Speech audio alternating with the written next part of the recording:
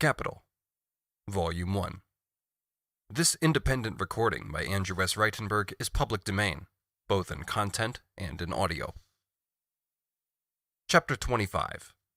The General Law of Capitalist Accumulation. Section 1. A growing demand for labor power accompanies accumulation if the composition of capital remains the same. In this chapter, we shall consider the influence of the growth of capital on the fate of the working class. The most important factor in this investigation is the composition of capital and the changes it undergoes in the course of the process of accumulation. The composition of capital is to be understood in a twofold sense. As value, it is determined by the proportion in which it is divided into constant capital, or the value of the means of production, and variable capital, or the value of labor power, the sum total of wages. As material, as it functions in the process of production, all capital is divided into means of production and living labor power. This latter composition is determined by the relation between the mass of the means of production employed on the one hand and the mass of labor necessary for their employment on the other. I call the former the value composition and the latter the technical composition of capital. There is a close correlation between the two.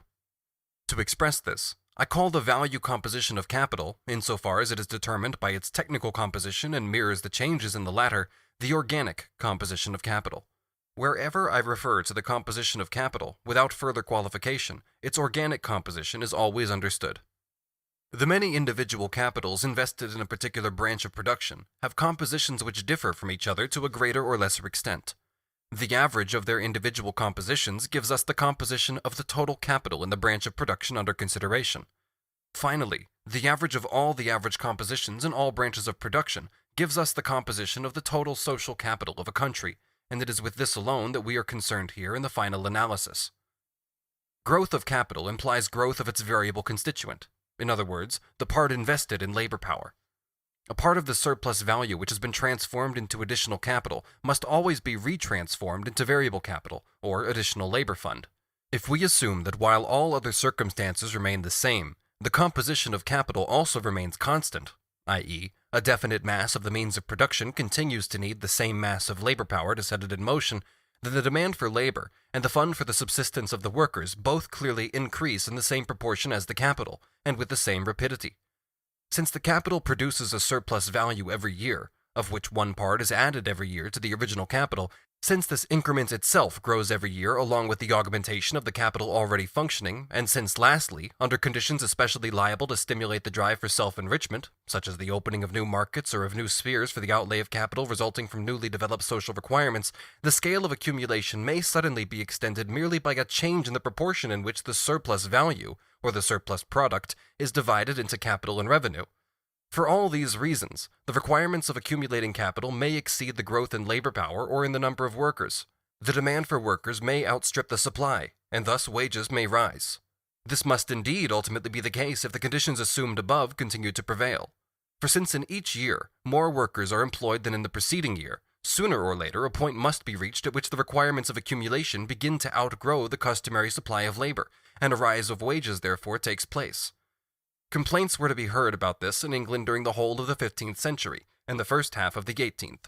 The more or less favorable circumstances in which the wage laborers support and multiply themselves in no way alter the fundamental character of capitalist production. As simple reproduction constantly reproduces the capital relation itself, i.e., the presence of capitalists on the one side and wage laborers on the other side, so reproduction on an expanded scale, i.e., accumulation, reproduces the capital relation on an expanded scale, with more capitalists or bigger capitalists at one pole and more wage laborers at the other. The reproduction of labor power, which must incessantly be reincorporated into capital as its means of valorization, which cannot get free of capital, and whose enslavement to capital is only concealed by the variety of individual capitalists to whom it sells itself, forms, in fact, a factor in the reproduction of capital itself. Accumulation of capital is therefore multiplication of the proletariat. Classical political economy grasped this fact so thoroughly that Adam Smith, Ricardo, etc., as mentioned earlier, inaccurately identified accumulation with the consumption, by productive workers, of the whole of the capitalized part of the surplus product, or with the transformation of the surplus product into additional wage laborers. John Bellers was already saying this in 1696, quote, "For if one had 100,000 acres of land, and as many pounds in money, and as many cattle without a laborer, what would the rich man be but a laborer? And as the laborers make men rich, so the more laborers there will be, the more rich men. The labor of the poor being the minds of the rich." End quote. So also Bernard de Mandeville at the beginning of the 18th century. Quote, "It would be easier, where property is well secured, to live without money than without poor. For who would do the work? As they, the poor, ought to be kept from starving, so they should receive nothing worth saving. If here and there one of the lowest class, by uncommon industry and pinching his belly, lifts himself above the condition he was brought up in, nobody ought to hinder him. Nay, it is undeniably the wisest course for every person in the society, and for every private family, to be frugal, but it is the interest of all rich nations that the greatest part of the poor should almost never be idle, and yet continually spend what they get. Those that get their living by their daily labor have nothing to stir them up to be serviceable but their wants, which it is prudence to relieve, but folly to cure. The only thing, then, that can render the laboring man industrious is a moderate quantity of money, for as too little will, according as his temper is, either dispirit or make him desperate.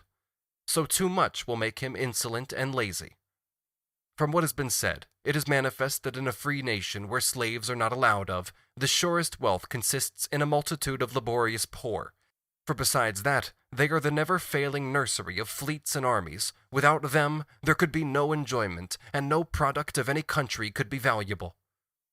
To make the society, which of course consists of non-workers, happy and people easier under the meanest circumstances, it is requisite that great numbers of them should be ignorant as well as poor.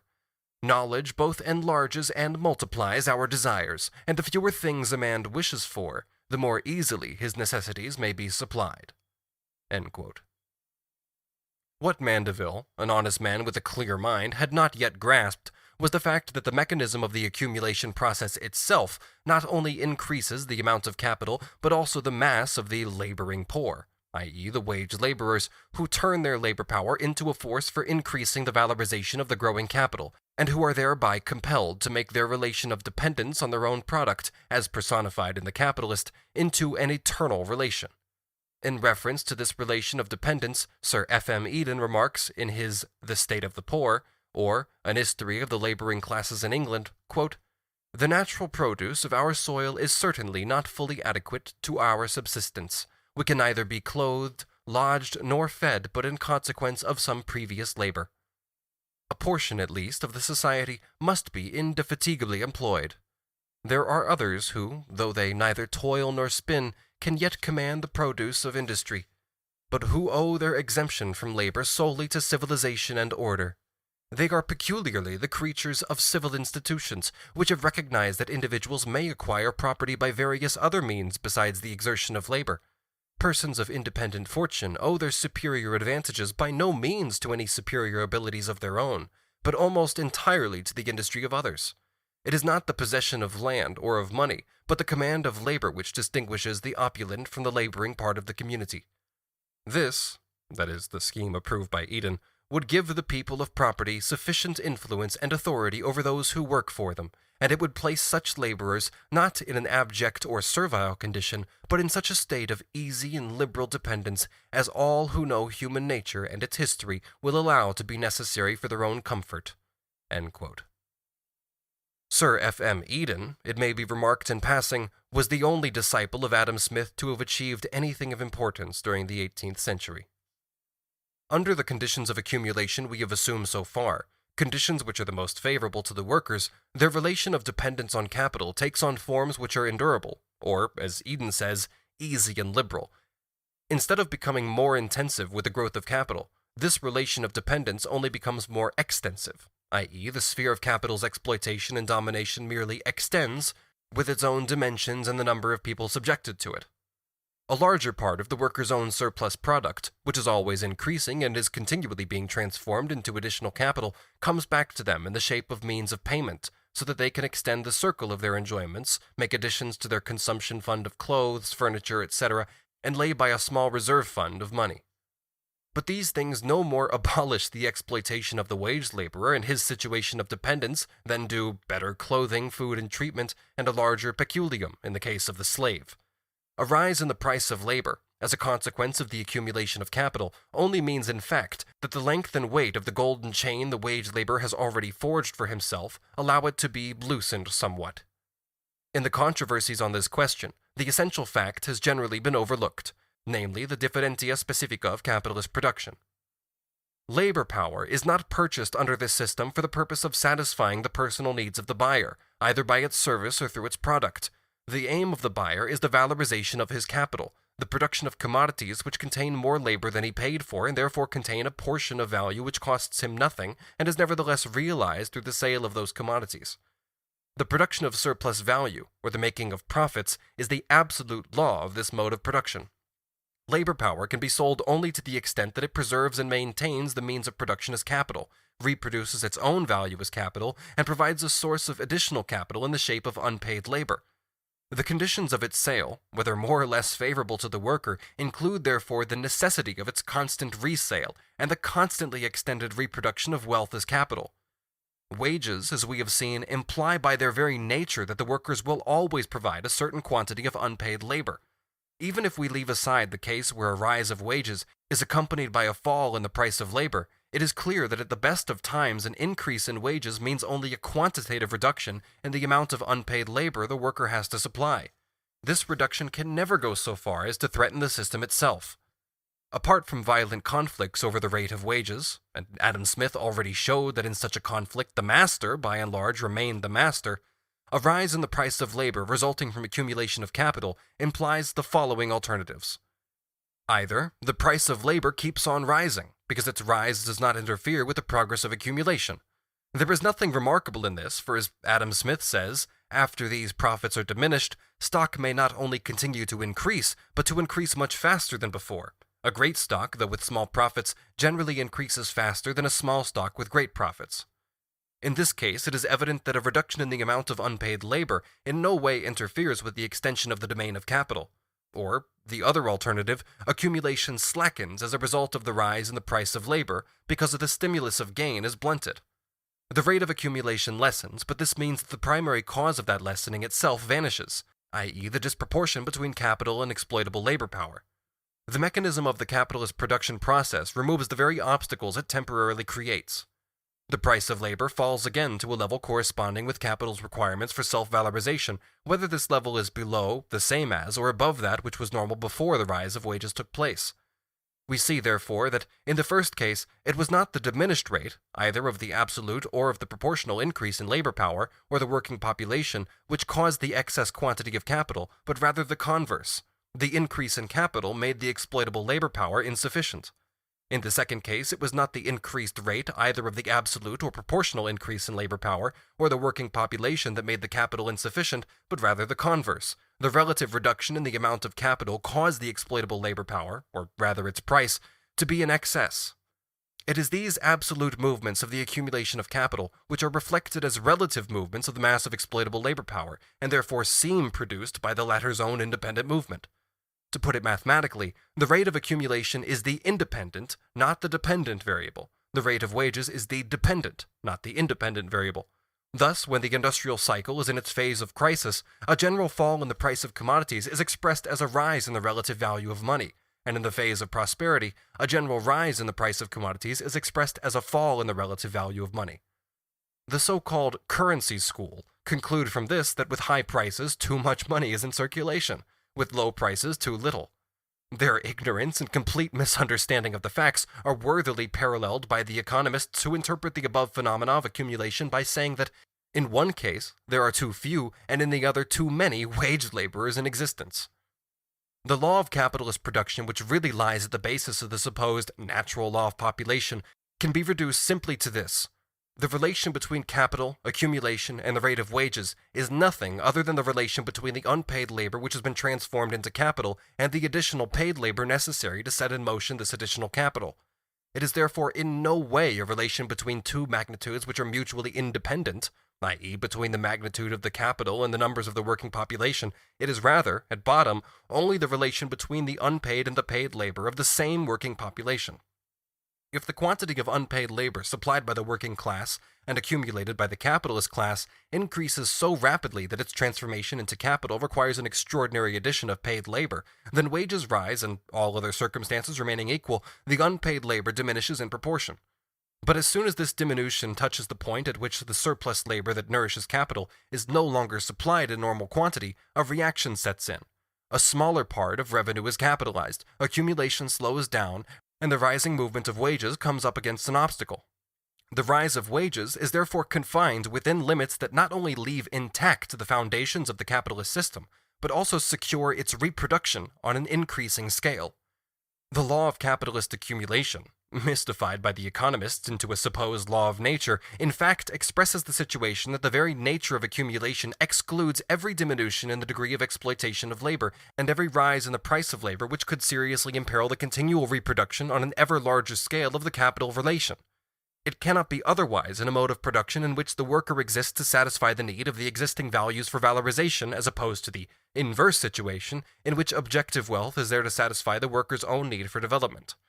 Just as man is governed, in religion, by the products of his own brain, so in capitalist production he is governed by the products of his own hand. Section 2. A relative diminution of the variable part of capital occurs in the course of the further progress of accumulation and of the concentration accompanying it. According to the economists themselves, it is neither the actual extent of social wealth nor the magnitude of the capital already acquired that leads to a rise of wages, but only the constant growth of accumulation and the degree of rapidity of that growth. So far, we have considered only one special phase of this process, that in which the increase of capital occurs while the technical composition of capital remains constant. But the process goes beyond this phase. Given the general basis of the capitalist system, a point is reached in the course of accumulation at which the development of the productivity of social labor becomes the most powerful lever of accumulation. The same cause, says Adam Smith, which raises the wages of labor, the increase of stock, tends to increase its productive powers and to make a smaller quantity of labor produce a greater quantity of work. Apart from natural conditions, such as the fertility of the soil, etc., and apart from the skill of independent and isolated producers, shown rather qualitatively in the high standard of their products than quantitatively in their mass, the level of the social productivity of labor is expressed in the relative extent of the means of production that one worker, during a given time, with the same degree of intensity of labor power, turns into products. The mass of means of production with which he functions in this way increases with the productivity of his labor. But those means of production play a double role. The increase of some is a consequence, that of others is a condition of the increasing productivity of labor. For example, the consequence of the division of labor under manufacture and the application of machinery is that more raw material is worked up in the same time, and therefore a greater mass of raw material and auxiliary substances enter into the labor process. That is the consequence of the increasing productivity of labor. On the other hand, the mass of machinery, beasts of burden, mineral manures, drain pipes, etc., is a condition of the increased productivity of labor. This is also true of the means of production concentrated in buildings, furnaces, means of transport, etc. But whether condition or consequence, the growing extent of the means of production, as compared with the labor power incorporated into them, is an expression of the growing productivity of labor. The increase of the latter appears, therefore, in the diminution of the mass of labor in proportion to the mass of the means of production moved by it, or in the diminution of the subjective factor of the labor process as compared with the objective factor. This change in the technical composition of capital, this growth in the mass of the means of production, as compared with the mass of the labor power that vivifies them, is reflected in its value composition by the increase of the constant constituent of capital at the expense of its variable constituent. There may be, for example, originally 50% of a capital laid out in means of production, and 50% in labor power. Later on, with the development of the productivity of labor, 80% may be laid out in means of production, 20% in labor power, and so on. This law of the progressive growth of the constant part of capital in comparison with the variable part is confirmed at every step, as already shown, by a comparative analysis of the prices of commodities, whether we compare different economic epochs or different nations in the same epoch. The relative magnitude of the part of the price which represents the value of the means of production, or the constant part of the capital, is in direct proportion to the progress of accumulation, whereas the relative magnitude of the other part of the price, which represents the variable part of the capital, or the payment made for labor, is in inverse proportion to the progress of accumulation. However, this diminution in the variable part of capital as compared with the constant part, or in other words, this change in the composition of the value of the capital, provides only an approximate indication of the change in the composition of its material constituents. The value of the capital employed today in spinning is 7/8 constant and 1/8 variable, while at the beginning of the 18th century it was 1/2 constant and 1/2 variable. Yet, in contrast to this, the mass of raw material, instruments of labor, etc., that a certain quantity of spinning labor consumes productively today is many hundred times greater than at the beginning of the 18th century. The reason is simple. With the increasing productivity of labor, the mass of the means of production consumed by labor increases, but their value in comparison with their mass diminishes. Their value therefore rises absolutely, but not in proportion to the increase in their mass. The increase of the difference between constant and variable capital is therefore much less than that of the difference between the mass of the means of production into which the constant capital and the mass of the labor power into which the variable capital is converted. The former difference increases with the latter, but in a smaller degree. The progress of accumulation lessens the relative magnitude of the variable part of capital, therefore, but this by no means thereby excludes the possibility of a rise in its absolute magnitude. Suppose that a capital value is divided at first into 50% constant and 50% variable capital. If, in the meantime, the original capital, say £6,000 sterling, has increased to £18,000, its variable constituent has also increased, in fact, by 20%. It was £3,000, it is now £3,600. But whereas formerly an increase of capital by 20% would have sufficed to raise the demand for labor by 20%, now the original capital needs to be tripled to secure an increase of 20% in the demand for labor. We showed in Part 4 how the development of the social productivity of labor presupposes cooperation on a large scale, how the division and combination of labor can only be organized on that basis, and the means of production economized by concentration on a vast scale, how instruments of labor which, by their very nature, can only be used in common, such as systems of machinery, can be called into existence, how gigantic natural forces can be pressed into the service of production, and how the production process can be transformed into a process of the technological application of scientific knowledge. When the prevailing system is the production of commodities, i.e., where the means of production are the property of private persons, and the artisan therefore either produces commodities in isolation and independently of other people, or sells his labor power as a commodity because he lacks the means to produce independently, the above-mentioned presupposition, namely cooperation on a large scale, can be realized only through the increase of individual capitals, only in proportion as the social means of production and subsistence are transformed into the private property of capitalists. Where the basis is the production of commodities, large-scale production can occur only in a capitalist form. A certain accumulation of capital in the hands of individual producers therefore forms the necessary precondition for a specifically capitalist mode of production. We had therefore to presuppose this when dealing with the transition from handicrafts to capitalist industry. It may be called primitive accumulation because it is the historical basis, instead of the historical result, of specifically capitalist production. How it itself originates we need not investigate as yet. It is enough that it forms the starting point. But all methods for raising the social productivity of labor that grow up on this basis are at the same time methods for the increased production of surplus value, or surplus product, which is, in its turn, the formative element of accumulation. They are, therefore, also methods for the production of capital by capital, or methods for its accelerated accumulation. Their continual reconversion of surplus value into capital now appears in the shape of the increasing magnitude of the capital that enters into the production process. This is in turn the basis of an extended scale of production, of the methods for raising the productivity of labor that accompany it, and of an accelerated production of surplus value. If, therefore, a certain degree of accumulation of capital appears as a precondition for the specifically capitalist mode of production, the latter reacts back to cause an accelerated accumulation of capital. With the accumulation of capital, therefore, the specifically capitalist mode of production develops, and with the capitalist mode of production, the accumulation of capital. These two economic factors bring about, in the compound ratio of the impulses they give to each other, that change in the technical composition of capital by which the variable component becomes smaller and smaller as compared with the constant component.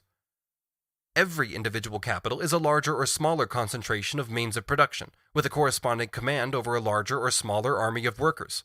Every accumulation becomes the means of new accumulation. With the increasing mass of wealth that functions as capital, accumulation increases the concentration of that wealth in the hands of individual capitalists, and thereby widens the basis of production on a large scale and extends the specifically capitalist methods of production. The growth of the social capital is accomplished through the growth of many individual capitals. All other circumstances remaining the same, the individual capitals grow, and with their growth the concentration of the means of production increases, in the proportion in which they form aliquot parts of the total social capital. At the same time, offshoots split off from the original capitals and start to function as new and independent capitals. Apart from other causes, the division of property within capitalist families plays a great part in this. With the accumulation of capital, therefore, the number of capitalists grows to a greater or lesser extent. Two features characterize this kind of concentration, which grows directly out of accumulation, or rather is identical with it. Firstly, the increasing concentration of the social means of production in the hands of individual capitalists is, other things remaining equal, limited by the degree of increase in social wealth.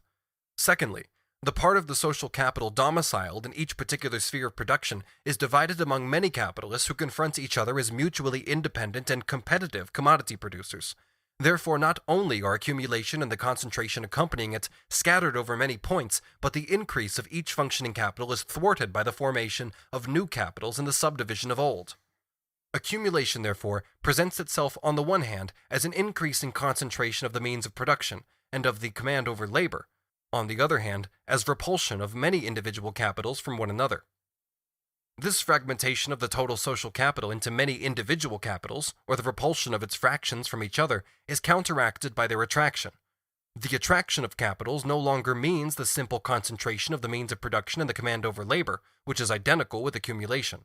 It is concentration of capitals already formed, destruction of their individual independence, expropriation of capitalist by capitalist, transformation of many small into few large capitals. This process differs from the first one in this respect, that it only presupposes a change in the distribution of already available and already functioning capital. Its field of action is therefore not limited by the absolute growth of social wealth, or in other words, by the absolute limits of accumulation. Capital grows to a huge mass in a single hand in one place, because it has been lost by many in another place. This is centralization proper, as distinct from accumulation and concentration. The laws of this centralization of capitals, or of the attraction of capital by capital, cannot be developed here. A few brief factual indications must suffice. The battle of competition is fought by the cheapening of commodities. The cheapness of commodities depends, all other circumstances remaining the same, on the productivity of labor, and this depends in turn on the scale of production. Therefore, the larger capitals beat the smaller. It will further be remembered that with the development of the capitalist mode of production, there is an increase in the minimum amount of individual capital necessary to carry on a business under its normal conditions. The smaller capitals, therefore, crowd into spheres of production which large-scale industry has taken control of only sporadically or incompletely. Here competition rages in direct proportion to the number and inverse proportion to the magnitude of the rival capitals. It always ends in the ruin of many small capitalists, whose capitals partly pass into the hands of their conquerors and partly vanish completely. Apart from this, an altogether new force comes into existence with the development of capitalist production, the credit system. In its first stages, this system furtively creeps in as the humble assistant of accumulation, drawing into the hands of individual or associated capitalists by invisible threads the money resources, which lie scattered in larger or smaller amounts over the surface of society, but it soon becomes a new and terrible weapon in the battle of competition and is finally transformed into an enormous social mechanism for the centralization of capitals. Commensurately with the development of capitalist production and accumulation, there also takes place a development of the two most powerful levers of centralization, competition and credit. At the same time, the progress of accumulation increases the material amenable for centralization, i.e. the individual capitals, while the expansion of capitalist production creates, on the one hand, the social need, and on the other hand, the technical means for those immense industrial undertakings which require a previous centralization of capital for their accomplishment. Today, therefore, the force of attraction which draws together individual capitals and the tendency to centralization are both stronger than ever before. But if the relative extension and energy of the movement towards centralization is determined, to a certain degree, by the magnitude of the capitalist wealth and the superiority of the economic mechanism already attained, the advance of centralization does not depend in any way on a positive growth in the magnitude of social capital. And this is what distinguishes centralization from concentration, the latter being only another name for reproduction on an extended scale. Centralization may result from a mere change in the distribution of already existing capitals, from a simple alteration in the quantitative grouping of the component parts of social capital. Capital can grow into powerful masses in a single hand in one place, because in other places it has been withdrawn from many individual hands. In any given branch of industry, centralization would reach its extreme limit if all the individual capitalists invested there were fused into a single capital. In a given society, this limit would be reached only when the entire social capital was united in the hands of either a single capitalist or a single capitalist company. Centralization supplements the work of accumulation by enabling industrial capitalists to extend the scale of their operations. Whether this latter result is the consequence of accumulation or centralization, whether centralization is accompanied by the violent method of annexation, whether certain capitals become such preponderant centers of attraction for others that they shatter the individual cohesion of the latter and then draw the separate fragments to themselves, or whether the fusion of a number of capitals already formed or in process of formation takes place by the smoother process of organizing joint stock companies, the economic effect remains the same. Everywhere, the increased scale of industrial establishments is the starting point for a more comprehensive organization of the collective labor of many people, for a broader development of their material motive forces, i.e., for the progressive transformation of isolated processes of production carried on by customary methods into socially combined and scientifically arranged processes of production.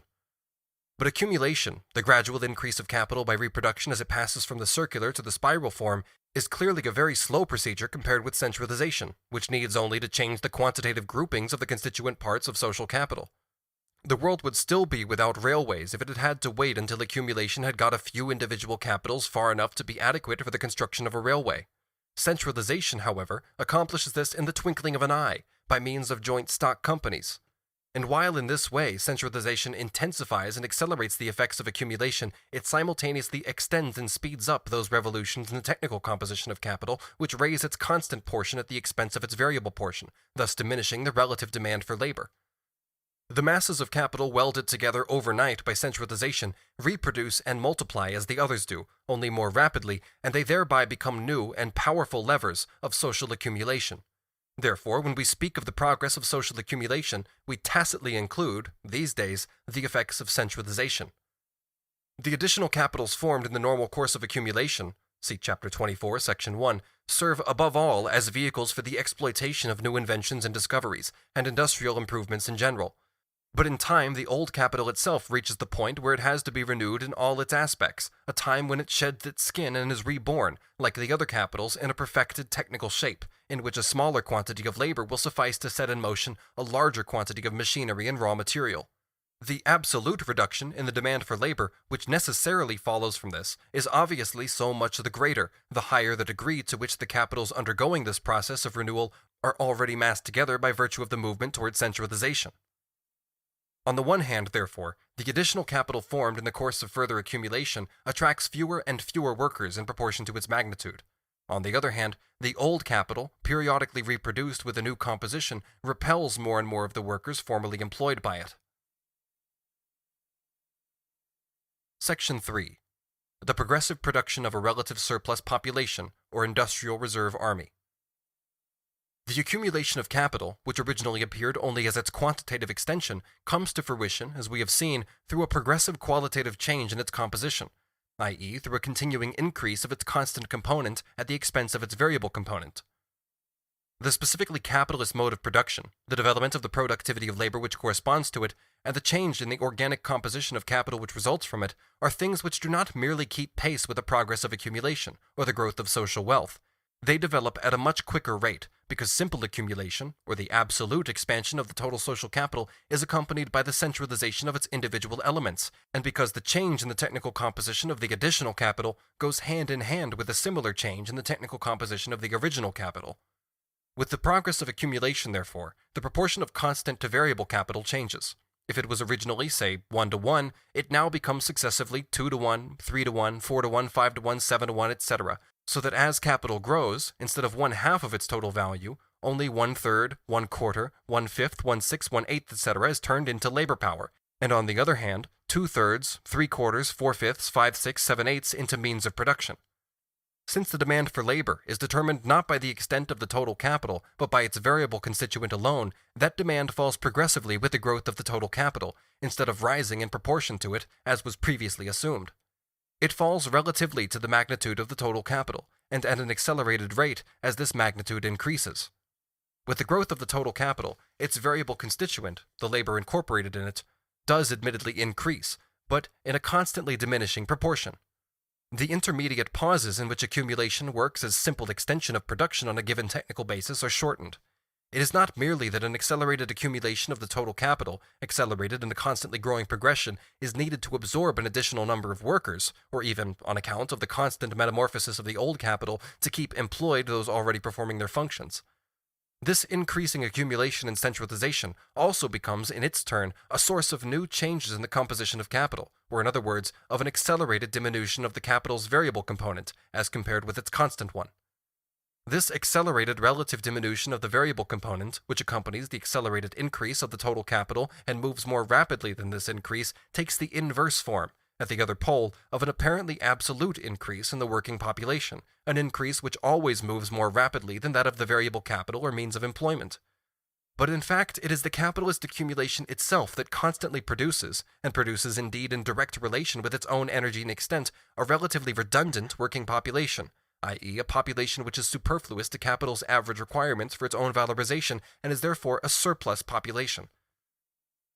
If we consider the total social capital, we can say that the movement of its accumulation sometimes causes periodic changes, and at other times distributes various phases simultaneously over the different spheres of production. In some spheres, a change in the composition of capital occurs without any increase in its absolute magnitude, as a consequence of simple concentration. In others, the absolute growth of capital is connected with an absolute diminution in its variable component, or in other words, in the labor power absorbed by it. In others again, capital continues to grow for a time on its existing technical basis and attracts additional labor power in proportion to its increase, while at other times it undergoes organic change and reduces its variable component. In all spheres, the increase of the variable part of the capital, and therefore the number of workers employed by it, is always connected with the violent fluctuations and the temporary production of a surplus population, whether this takes the more striking form of the extrusion of workers already employed, or the less evident but not less real form of a greater difficulty in absorbing the additional working population through its customary outlets. Owing to the magnitude of the already functioning social capital and the degree of its increase, owing to the extension of the scale of production and the great mass of workers set in motion, owing to the development of the productivity of their labor and the greater breadth and richness of the streams springing from all these sources of wealth, there is also an extension of the scale on which greater attraction of workers by capital is accompanied by their greater repulsion. An increase takes place in the rapidity of the change in the organic composition of capital and in its technical form, and an increasing number of spheres of production become involved in this change, sometimes simultaneously and sometimes alternatively. The working population therefore produces both the accumulation of capital and the means by which it is itself made relatively superfluous, and it does this to an extent which is always increasing. This is a law of population peculiar to the capitalist mode of production, and in fact every particular historical mode of production has its own special laws of population, which are historically valid within that particular sphere. An abstract law of population exists only for plants and animals, and even then only in the absence of any historical intervention by man. But if a surplus population of workers is a necessary product of accumulation or of the development of wealth on a capitalist basis, this surplus population also becomes, conversely, the lever of capitalist accumulation. Indeed, it becomes a condition for the existence of the capitalist mode of production. It forms a disposable industrial reserve army, which belongs to capital just as absolutely as if the latter had bred it at its own cost. Independently of the limits of the actual increase of population, it creates a mass of human material always ready for exploitation by capital in the interests of capital's own changing valorization requirements. With accumulation and the development of the productivity of labor that accompanies it, capital's power of sudden expansion also grows. It grows not merely because the elasticity of capital already functioning increases, not merely because the absolute wealth of society expands, and capital only forms an elastic part of this, not merely because credit, under very special stimulus, at once places an unusual part of this wealth at the disposal of production in the form of additional capital. It grows also because the technical conditions of the production process, machinery, means of transport, etc., themselves now make possible a very rapid transformation of masses of surplus product into additional means of production. The mass of social wealth, overflowing with the advance of accumulation and capable of being transformed into additional capital, thrusts itself frantically into old branches of production, whose market suddenly expands, or into newly formed branches such as railways, etc., which now become necessary as a result of the further development of the old branches. In all such cases, there must be the possibility of suddenly throwing great masses of men into the decisive arenas without doing any damage to the scale of production in other spheres. The surplus population supplies these masses. The path characteristically described by modern industry, which takes the form of a decennial cycle, interrupted by smaller oscillations, of periods of average activity, production at high pressure, crisis, and stagnation, depends on the constant formation, the greater or less absorption, and the reformation of the industrial reserve army or surplus population. In their turn, the varying phases of the industrial cycle recruit the surplus population and become one of the most energetic agencies for its reproduction. This peculiar cyclical path of modern industry, which occurs in no earlier period of human history, was also impossible when capitalist production was in its infancy. The composition of capital at that time underwent only very gradual changes. By and large, therefore, the proportional growth in the demand for labor has corresponded to the accumulation of capital. Even though the advance of accumulation was slow in comparison with that of the modern epoch, it came up against a natural barrier in the shape of the exploitable working population. This barrier could only be swept away by the violent means we shall discuss later. The expansion by fits and starts of the scale of production is the precondition for its equally sudden contraction. The latter again evokes the former, but the former is impossible without disposable human material, without an increase in the number of workers, which must occur independently of the absolute growth of the population. This increase is effected by the simple process that constantly sets free a part of the working class, by methods which lessen the number of workers employed in proportion to the increased production. Modern industry's whole form of motion, therefore, depends on the constant transformation of a part of the working population into unemployed or semi-employed hands. The superficiality of political economy shows itself in the fact that it views the expansion and contraction of credit as the cause of the periodic alternations in the industrial cycle, whereas it is a mere symptom of them. Just as the heavenly bodies always repeat a certain movement, once they have been flung into it, so also does social production, once it has been flung into this movement of alternate expansion and contraction. Effects become causes in their turn, and the various vicissitudes of the whole process, which always reproduces its own condition, take on the form of periodicity. When this periodicity has once become consolidated, even political economy sees that the production of a relative surplus population, i.e., a population surplus in relation to capital's average requirements for valorization, is a necessary condition for modern industry. Suppose, says H. Merivale, formerly professor of political economy at Oxford and later on employed at the Colonial Office, suppose that on the occasion of some of these crises, the nation were to rouse itself to the effort of getting rid by emigration of some hundreds of thousands of superfluous arms. What would be the consequence? That, at the first returning demand for labor, there would be a deficiency. However rapid reproduction may be, it takes, at all events, the space of a generation to replace the loss of adult labor. Now, the profits of our manufacturers depend mainly on the power of making use of the prosperous moment when demand is brisk, and thus compensating themselves for the interval during which it is slack. This power is secured to them only by the command of machinery and of manual labor. They must have hands ready by them, and they must be able to increase the activity of their operations when required, and to slacken it again, according to the state of the market, or they cannot possibly maintain that preeminence in the race of competition on which the wealth of the country is founded. Even Malthus recognizes that a surplus population is a necessity of modern industry, although he explains this, in his narrow fashion, not by saying that part of the working population has been rendered relatively superfluous, but by referring to its excessive growth. He says, quote, "Prudential habits with regard to marriage, carried to a considerable extent among the laboring class of a country mainly depending on manufactures and commerce, might injure it. From the nature of a population, an increase of laborers cannot be brought into market in consequence of a particular demand till after the lapse of 16 or 17 years, and the conversion of revenue into capital, by saving, may take place much more rapidly. A country is always liable to an increase in the quantity of the funds for the maintenance of the labor faster than the increase of the population." End quote.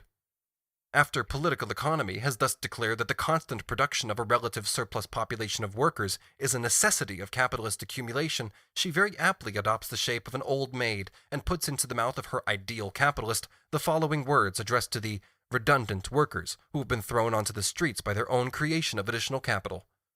"We manufacturers do what we can for you, whilst we are creating that capital on which you must subsist, and you must do the rest by accommodating your numbers to the means of subsistence." Capitalist production can by no means content itself with a quantity of disposable labor power which the natural increase of population yields.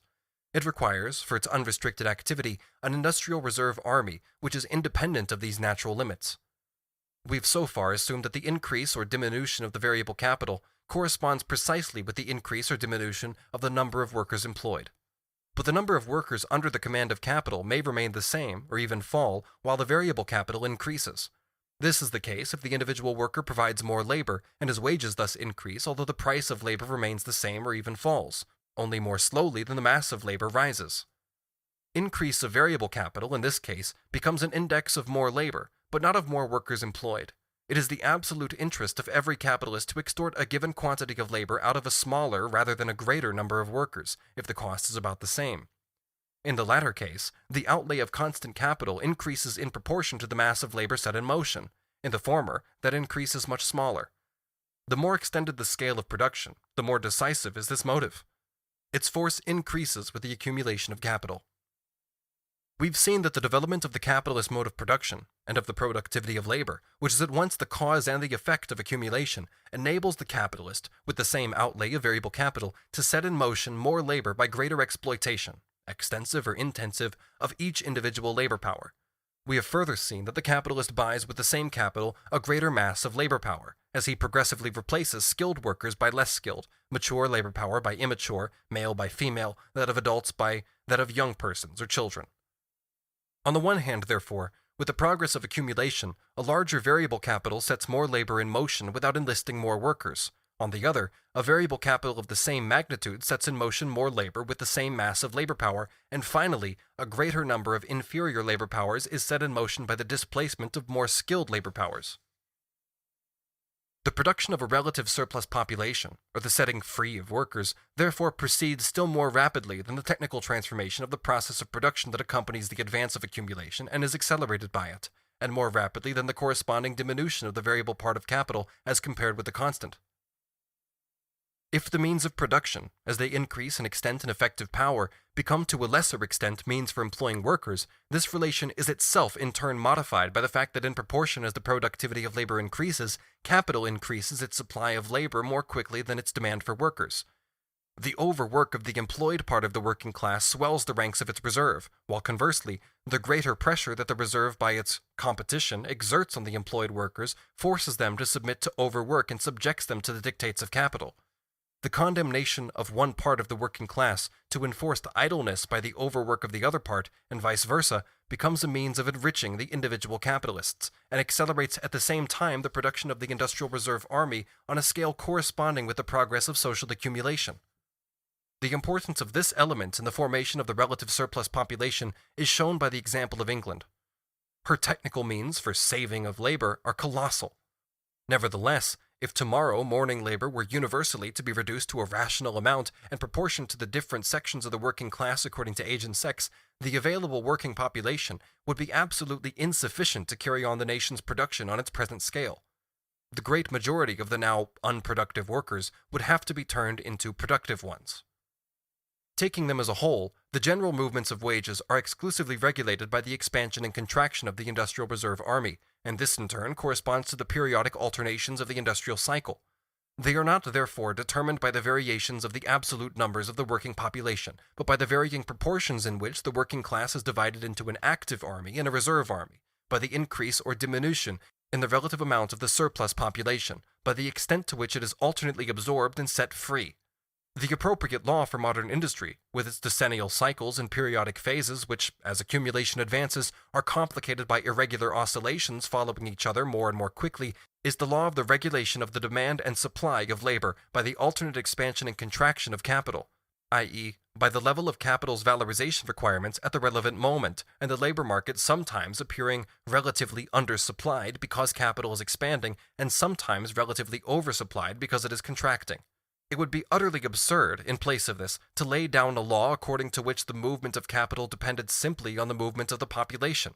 Yet this is the dogma of the economists. According to them, wages rise as a result of the accumulation of capital. Higher wages stimulate the working population to more rapid multiplication, and this goes on until the labor market becomes oversupplied, and hence capital becomes insufficient in relation to the supply of labor. Wages fall, and now we have the obverse side of the medal. The working population is, little by little, decimated by the fall in wages, so that capital is again in excess in relation to the workers, or, as others explain it, the fall in wages and the corresponding increase in the exploitation of workers again accelerates accumulation, while at the same time, the lower wages hold the growth of the working class in check. Then the time comes round again when the supply of labor is less than the demand, wages rise, and so on. This would indeed be a beautiful form of motion for developed capitalist production. Before the rise in wages could produce any positive increase of the population really fit for work, the deadline would long since have passed within which the industrial campaign would have to have been carried through and the battle fought to a conclusive finish. Between 1849 and 1859, a rise of wages which was in practice merely nominal, although it was accompanied by a fall in the price of corn, took place in the English agricultural districts. In Wiltshire, for example, the weekly wage rose from 7 shillings to 8 shillings. In Dorsetshire, it rose from 7 shillings or 8 shillings to 9 shillings, and so on. This was the result of an unusual exodus of the agricultural surplus population caused by wartime demands, and by the vast extension of railways, factories, mines, etc. The lower the wage, the higher is the proportion in which even a very insignificant increase is expressed. If the weekly wage, for instance, is 20 shillings, and it rises to 22, that is a rise of 10%. But if it is only 7 shillings and it rises to 9, that is a rise of 28 4/7%, which sounds very fine. Anyway, the farmers howled, and the London Economist, with reference to these starvation wages, prattled quite seriously of a general and substantial advance. What did the farmers do now? Did they wait until the agricultural laborers had so increased and multiplied as a result of this splendid remuneration that their wages had to fall again, which is the way things are supposed to happen according to the dogmatic economic brain? No, they introduced more machinery, and in a moment the laborers were redundant again to a degree satisfactory even to the farmers. There was now more capital laid out in agriculture than before, and in a more productive form. With this, the demand for labor fell, not only relatively but absolutely. The economic fiction we have been dealing with confuses the laws that regulate the general movement of wages, or the ratio between the working class, i.e. the total sum of labor power, and the total social capital, with the laws that distribute the working population over the different spheres of production. If, for example, owing to a favorable conjuncture, accumulation in a particular sphere of production becomes especially active and profits in it, being greater than the average profits, attracts additional capital, then of course the demand for labor rises, and wages rise as well. The higher wages draw a larger part of the working population into the more favored sphere until it is glutted with labor power, and wages at length fall again to their average level or below it, if the pressure is too great. At that point, the influx of workers into the branch of industry in question not only ceases, but gives place to an outflow of workers. Here the political economist thinks he can grasp the situation. He thinks he can see an absolute diminution of workers accompanying an increase of wages, and a diminution of wages accompanying an absolute increase of workers. But he really sees only the local oscillations of the labor market in a particular sphere of production. He sees only the phenomena which accompany the distribution of the working population into the different spheres of outlay of capital, according to its varying needs. The Industrial Reserve Army, during the periods of stagnation and average prosperity, weighs down the active army of workers. During the periods of overproduction and feverish activity, it puts a curb on their pretensions. The relative surplus population is therefore the background against which the law of demand and supply of labor does its work. It confines the field of action of this law to the limits absolutely convenient to capital's drive to exploit and dominate the workers. This is the place to return to one of the great exploits of economic apologetics. It will be remembered that if through the introduction of a new machinery or the extension of old, a portion of variable capital is transformed into constant capital, the economic apologist interprets this operation, which fixes capital, and by that very act sets free the workers in exactly the opposite way, pretending that capital is thereby set free for the workers. Only now can one evaluate the true extent of the effrontery of these apologists. Not only are the workers directly turned out by the machines set free, but so are their future replacements in the rising generation, as well as the additional contingent which, with the usual extension of business on its old basis, would be regularly absorbed. They are now all set free, and every new bit of capital looking round for a function can take advantage of them. Whether it attracts them or others, the effect on the general demand for labor will be nil, if this capital is just sufficient to take out of the market as many workers as the machines threw into it. If it employs a smaller number, the number of redundant workers increases. If it employs a greater, the general demand for labor increases only to the extent of the excess of the employed over those set free. The impulse that additional capital seeking an outlet would otherwise have given to the general demand for labor is therefore in every case neutralized until the supply of workers thrown out of employment by the machine has been exhausted. That is to say, the mechanism of capitalist production takes care that the absolute increase of capital is not accompanied by a corresponding rise in the general demand for labor, and the apologist calls this a compensation for the misery, the sufferings, the possible death of the displaced workers during the transitional period when they are banished into the Industrial Reserve Army. The demand for labor is not identical with increase of capital, nor is supply of labor identical with increase of the working class. It is not a case of two independent forces working on each other. The dice are loaded. Capital acts on both sides at once. If its accumulation on the one hand increases the demand for labor, it increases on the other the supply of workers by setting them free, while at the same time the pressure of the unemployed compels those who are employed to furnish more labor, and therefore makes the supply of labor, to a certain extent, independent of the supply of workers. The movement of the law of supply and demand of labor on this basis completes the despotism of capital. Thus, as soon as the workers learn the secret of why it happens that the more they work, the more alien wealth they produce, and that the more the productivity of their labor increases, the more does their very function as a means for the valorization of capital become precarious, as soon as they discover that the degree of intensity of the competition amongst themselves depends wholly on the pressure of the relative surplus population, as soon as, by setting up trade unions, etc., they try to organized planned cooperation between the employed and the unemployed in order to obviate or to weaken the ruinous effects of this natural law of capitalist production on their class, so soon does capital and its sycophant, political economy, cry out at the infringement of the eternal and, so to speak, sacred law of supply and demand. Every combination between employed and unemployed disturbs the pure action of this law. But on the other hand, as soon as, in the colonies for example, adverse circumstances present the creation of an industrial reserve army, and with it the absolute dependence of the working class upon the capitalist class, capital, along with its platitudinous Sancho Panza, rebels against the sacred law of supply and demand, and tries to make up for its inadequacies by forcible means. Section 4. Different forms of existence of the relative surplus population. The general law of capitalist accumulation. The relative surplus population exists in all kinds of forms. Every worker belongs to it during the time when he is only partially employed or wholly unemployed. Leaving aside the large-scale and periodically recurring forms that the changing phases of the industrial cycle impress on it, so that it sometimes appears acute in times of crisis and sometimes chronic in times when business is slack, we can identify three forms which it always possesses: the floating, the latent, and the stagnant. In the centers of modern industry, factories, workshops, ironworks, mines, etc., the workers are sometimes repelled, sometimes attracted again in greater masses, so that the number of those employed increases on the whole, although in a constantly decreasing proportion to the scale of production. Here the surplus population exists in the floating form. Both in the factories proper and in the large workshops, where machinery enters as one factor, or even where no more than a division of labor of a modern type has been put into operation, large numbers of male workers are employed up to the age of maturity, but not beyond. Once they reach maturity, only a very small number continue to find employment in the same branches of industry, while the majority are regularly dismissed. This majority forms an element of the floating surplus population, which grows with the extension of those branches of industry. Some of these workers emigrate. In fact, they are merely following capital, which has itself emigrated. A further consequence is that the female population grows more rapidly than the male. Witness England. That the natural increase of the number of workers does not satisfy the requirements of the accumulation of capital, and yet at the same time exceeds those requirements, is a contradiction inherent in capital's very movement.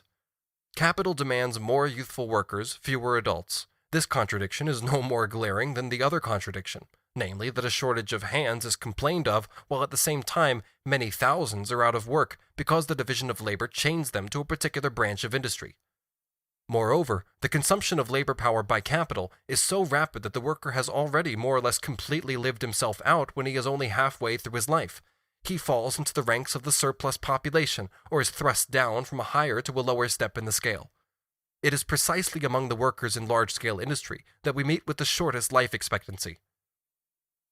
Dr. Lee, medical officer of health for Manchester, stated that the average age at death of the Manchester upper middle class was 38 years, while the average rate at death of the laboring class was 17. while at Liverpool those figures were represented as 35 against 15.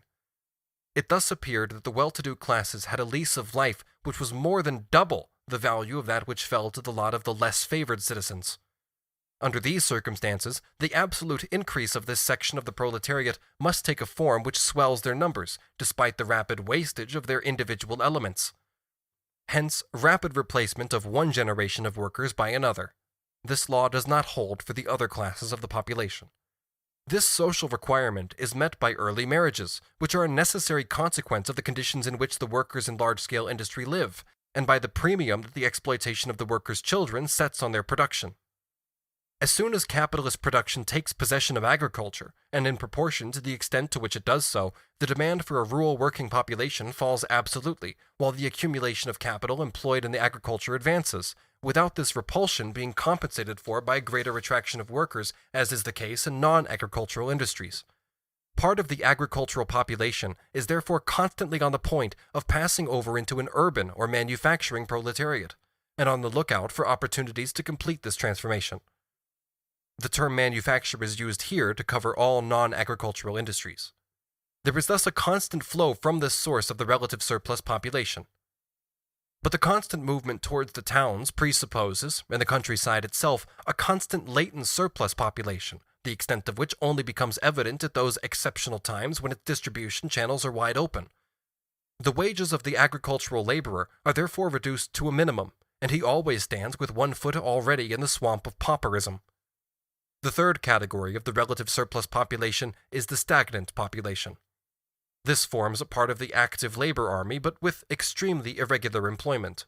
Hence it offers capital an inexhaustible reservoir of disposable labor power. Its conditions of life sink below the average normal level of the working class, and it is precisely this which makes it a broad foundation for special branches of capitalist exploitation. It is characterized by a maximum of working time and a minimum of wages. We have already become familiar with its chief form under the rubric of domestic industry. It is constantly recruited from workers in large-scale industry and agriculture who have become redundant, and especially from those decaying branches of industry where handicraft is giving way to manufacture and manufacture to machinery. Its extent grows in proportion as, with the growth in the extent and the energy of accumulation, the creation of a surplus population also advances. But it forms at the same time a self-reproducing and self-perpetuating element of the working class, taking a proportionally greater part in the general increase of that class than the other elements. In fact, not only the number of births and deaths, but the absolute size of families stands in inverse proportion to the level of wages, and therefore to the amount of the means of subsistence at the disposal of different categories of worker. This law of capitalist society would sound absurd to savages, or even to civilized colonists. It calls to mind the boundless reproduction of animals individually weak and constantly hunted down. Finally, the lowest sediment of the relative surplus population dwells in the sphere of pauperism. Apart from vagabonds, criminals, prostitutes, in short the actual lumpen proletariat, this social stratum consists of three categories. First, those able to work.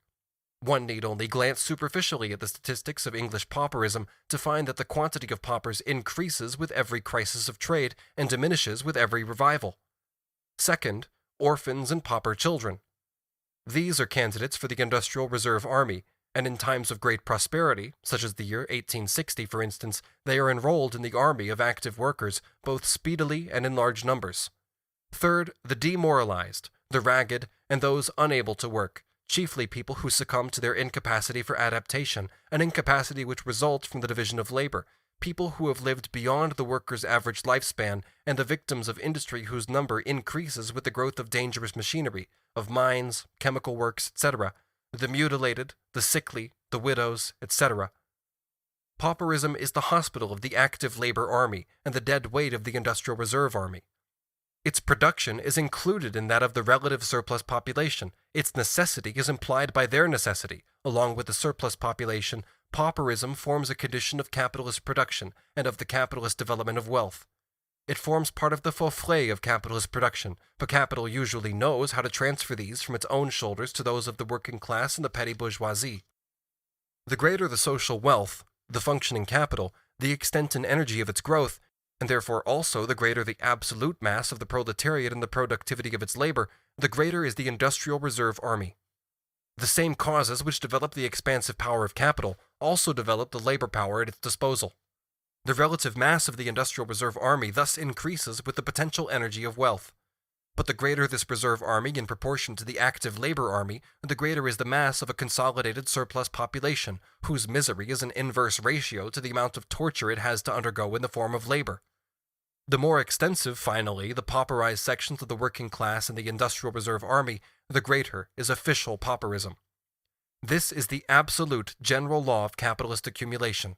Like all other laws, it is modified in its working by many circumstances, the analysis of which does not concern us here. We can now understand the foolishness of the economic wisdom which preaches to the workers that they should adapt their numbers to the valorization requirements of capital. The mechanism of capitalist production and accumulation itself constantly affects this adjustment. The first word of this adaptation is the creation of a relative surplus population, or industrial reserve army. Its last word is the misery of constantly expanding strata of the active army of labor and the dead weight of pauperism. On the basis of capitalism, a system in which the worker does not employ the means of production, but the means of production employ the worker, the law by which a constantly increasing quantity of means of production may be set in motion by progressively diminishing expenditure of human power, thanks to the advance in the productivity of social labor, undergoes a complete inversion and is expressed thus. The higher the productivity of labor, the greater is the pressure of the workers on the means of employment. The more precarious, therefore, becomes the conditions for their existence, namely the sale of their labor power for the increase of alien wealth, or in other words, the self-valorization of capital. The fact that the means of production and the productivity of labor increase more rapidly than the productive population expresses itself, therefore, under capitalism in the inverse form that the working population always increases more rapidly than the valorization requirements of capital. We saw in Part 4, when analyzing the production of relative surplus value, that within the capitalist system, all methods for raising the social productivity of labor are put into effect at the cost of the individual worker, that all means for the development of production undergo a dialectical inversion so that they become means of domination and exploitation of the producers. They distort the worker into a fragment of a man. They degrade him to the level of an appendage of a machine. They destroy the actual content of his labor by turning it into a torment. They alienate from him the intellectual potentialities of the labor process in the same proportion as science is incorporated in it as an independent power. They deform the conditions under which he works, subject him during the labor process to a despotism the more hateful for its meanness. They transform his lifetime into working time, and drag his wife and child beneath the wheels of the juggernaut of capital. But all methods for the production of surplus value are at the same time methods of accumulation, and every extension of accumulation becomes, conversely, a means for the development of those methods. It follows, therefore, that in proportion as capital accumulates, the situation of the worker, be his payment high or low, must grow worse. Finally, the law which always holds the relative surplus population or industrial reserve army in equilibrium with the extent and energy of accumulation rivets the worker to capital more firmly than the wedges of Hephaestus held Prometheus to the rock. It makes an accumulation of misery a necessary condition corresponding to the accumulation of wealth. Accumulation of wealth at one pole is, therefore, at the same time accumulation of misery, the torment of labor, slavery, ignorance, brutalization, and moral degradation at the opposite pole, i.e., on the side of the class that produces its own product as capital. This antagonistic character of capitalist accumulation is enunciated in various forms by political economists, although they lump it together with other phenomena which are admittedly to some extent analogous but nevertheless essentially distinct, since they appear only in pre-capitalist modes of production. The Venetian monk Ortez, one of the greatest economic writers of the 18th century, regards the antagonism of capitalist production as a universal natural law of social wealth. Quote, "In the economy of a nation, advantages and evils always balance each other. The abundance of wealth with some people is always equal to the lack of wealth with others. The great riches of a small number are always accompanied by the absolute deprivation of the essential necessities of life for many others. The wealth of a nation corresponds with its population, and its misery corresponds with its wealth. Diligence in some compels idleness in others. The poor and idle are a necessary consequence of the rich and active." End quote. About 10 years after Ortez, the High Church Protestant parson, Townsend, glorified misery as a necessary condition of wealth in a thoroughly brutal way. Quote, Legal constraint to labor is attended with too much trouble, violence, and noise, whereas hunger is not only a peaceable, silent, unremitted pressure, but as the most natural motive to industry and labor, it calls forth the most powerful extensions." End quote. Everything, therefore, depends on making hunger permanent among the working class, and this is provided for, according to Townsend, by the principle of population, which is especially applicable to the poor. Quote, "It seems to be a law of nature that the poor should be, to a certain degree, improvident, i.e., so improvident as to be born without silver spoons in their mouths, that there may always be some to fulfill the most servile, the most sordid, and the most ignoble offices in the community. The stock of human happiness is thereby much increased, whilst the more delicate are not only relieved from drudgery, but are left at liberty, without interruption, to pursue those callings which are suited to their various dispositions. It tends to destroy the harmony and beauty, the symmetry and order of that system which God and nature have established in the world." End quote. If the Venetian monk found in the fatal destiny that makes misery eternal a justification for the existence of Christian charity, celibacy, monasteries, and pious foundations, the beneficed Protestant finds in it a pretext for condemning the laws by which the poor possess the right to a miserable amount of public relief. "The progress of social wealth," says Storch, "begets this useful class of society, which performs the most wearisome, the vilest, the most disgusting functions, which, in a word, takes on its shoulders all that is disagreeable and servile in life, and procures thus for other classes leisure, serenity of mind, and conventional dignity of character." Storch then asks himself what the actual advantage of this capitalist civilization is, with its misery and its degradation of the masses, as compared with barbarism. He can find only one answer: security. "Thanks to the advance of industry and science," says Sismondi, "every worker can produce every day much more than he needs to consume, but at the same time, while his labor produces wealth, that wealth would, were he called on to consume it himself, make him less fit for labor." According to him, men, i.e., non-workers, would probably prefer to do without all artistic perfection and all the enjoyments that industry procures for us, if it were necessary that all should buy them by constant toil like that of the worker. Exertion today is separated from its recompense. It is not the same man that first works and then reposes, but it is because the one works that the other rests. The indefinite multiplication of the productive powers of labor can have no other result than the increase of luxury and enjoyment on the part of the idle rich. And finally, that fish-blooded bourgeois doctrinaire Destutt de Tracy makes the point in the most brutal fashion. Quote, "In poor nations, the people are comfortable. In rich nations, they are generally poor." End quote. Section 5. Illustrations of the General Law of Capitalist Accumulation. Subsection A. England from 1846 to 1866. No period of modern society is so favorable for the study of capitalist accumulation as the period of the last 20 years. It is as if Fortunatus's purse has been discovered.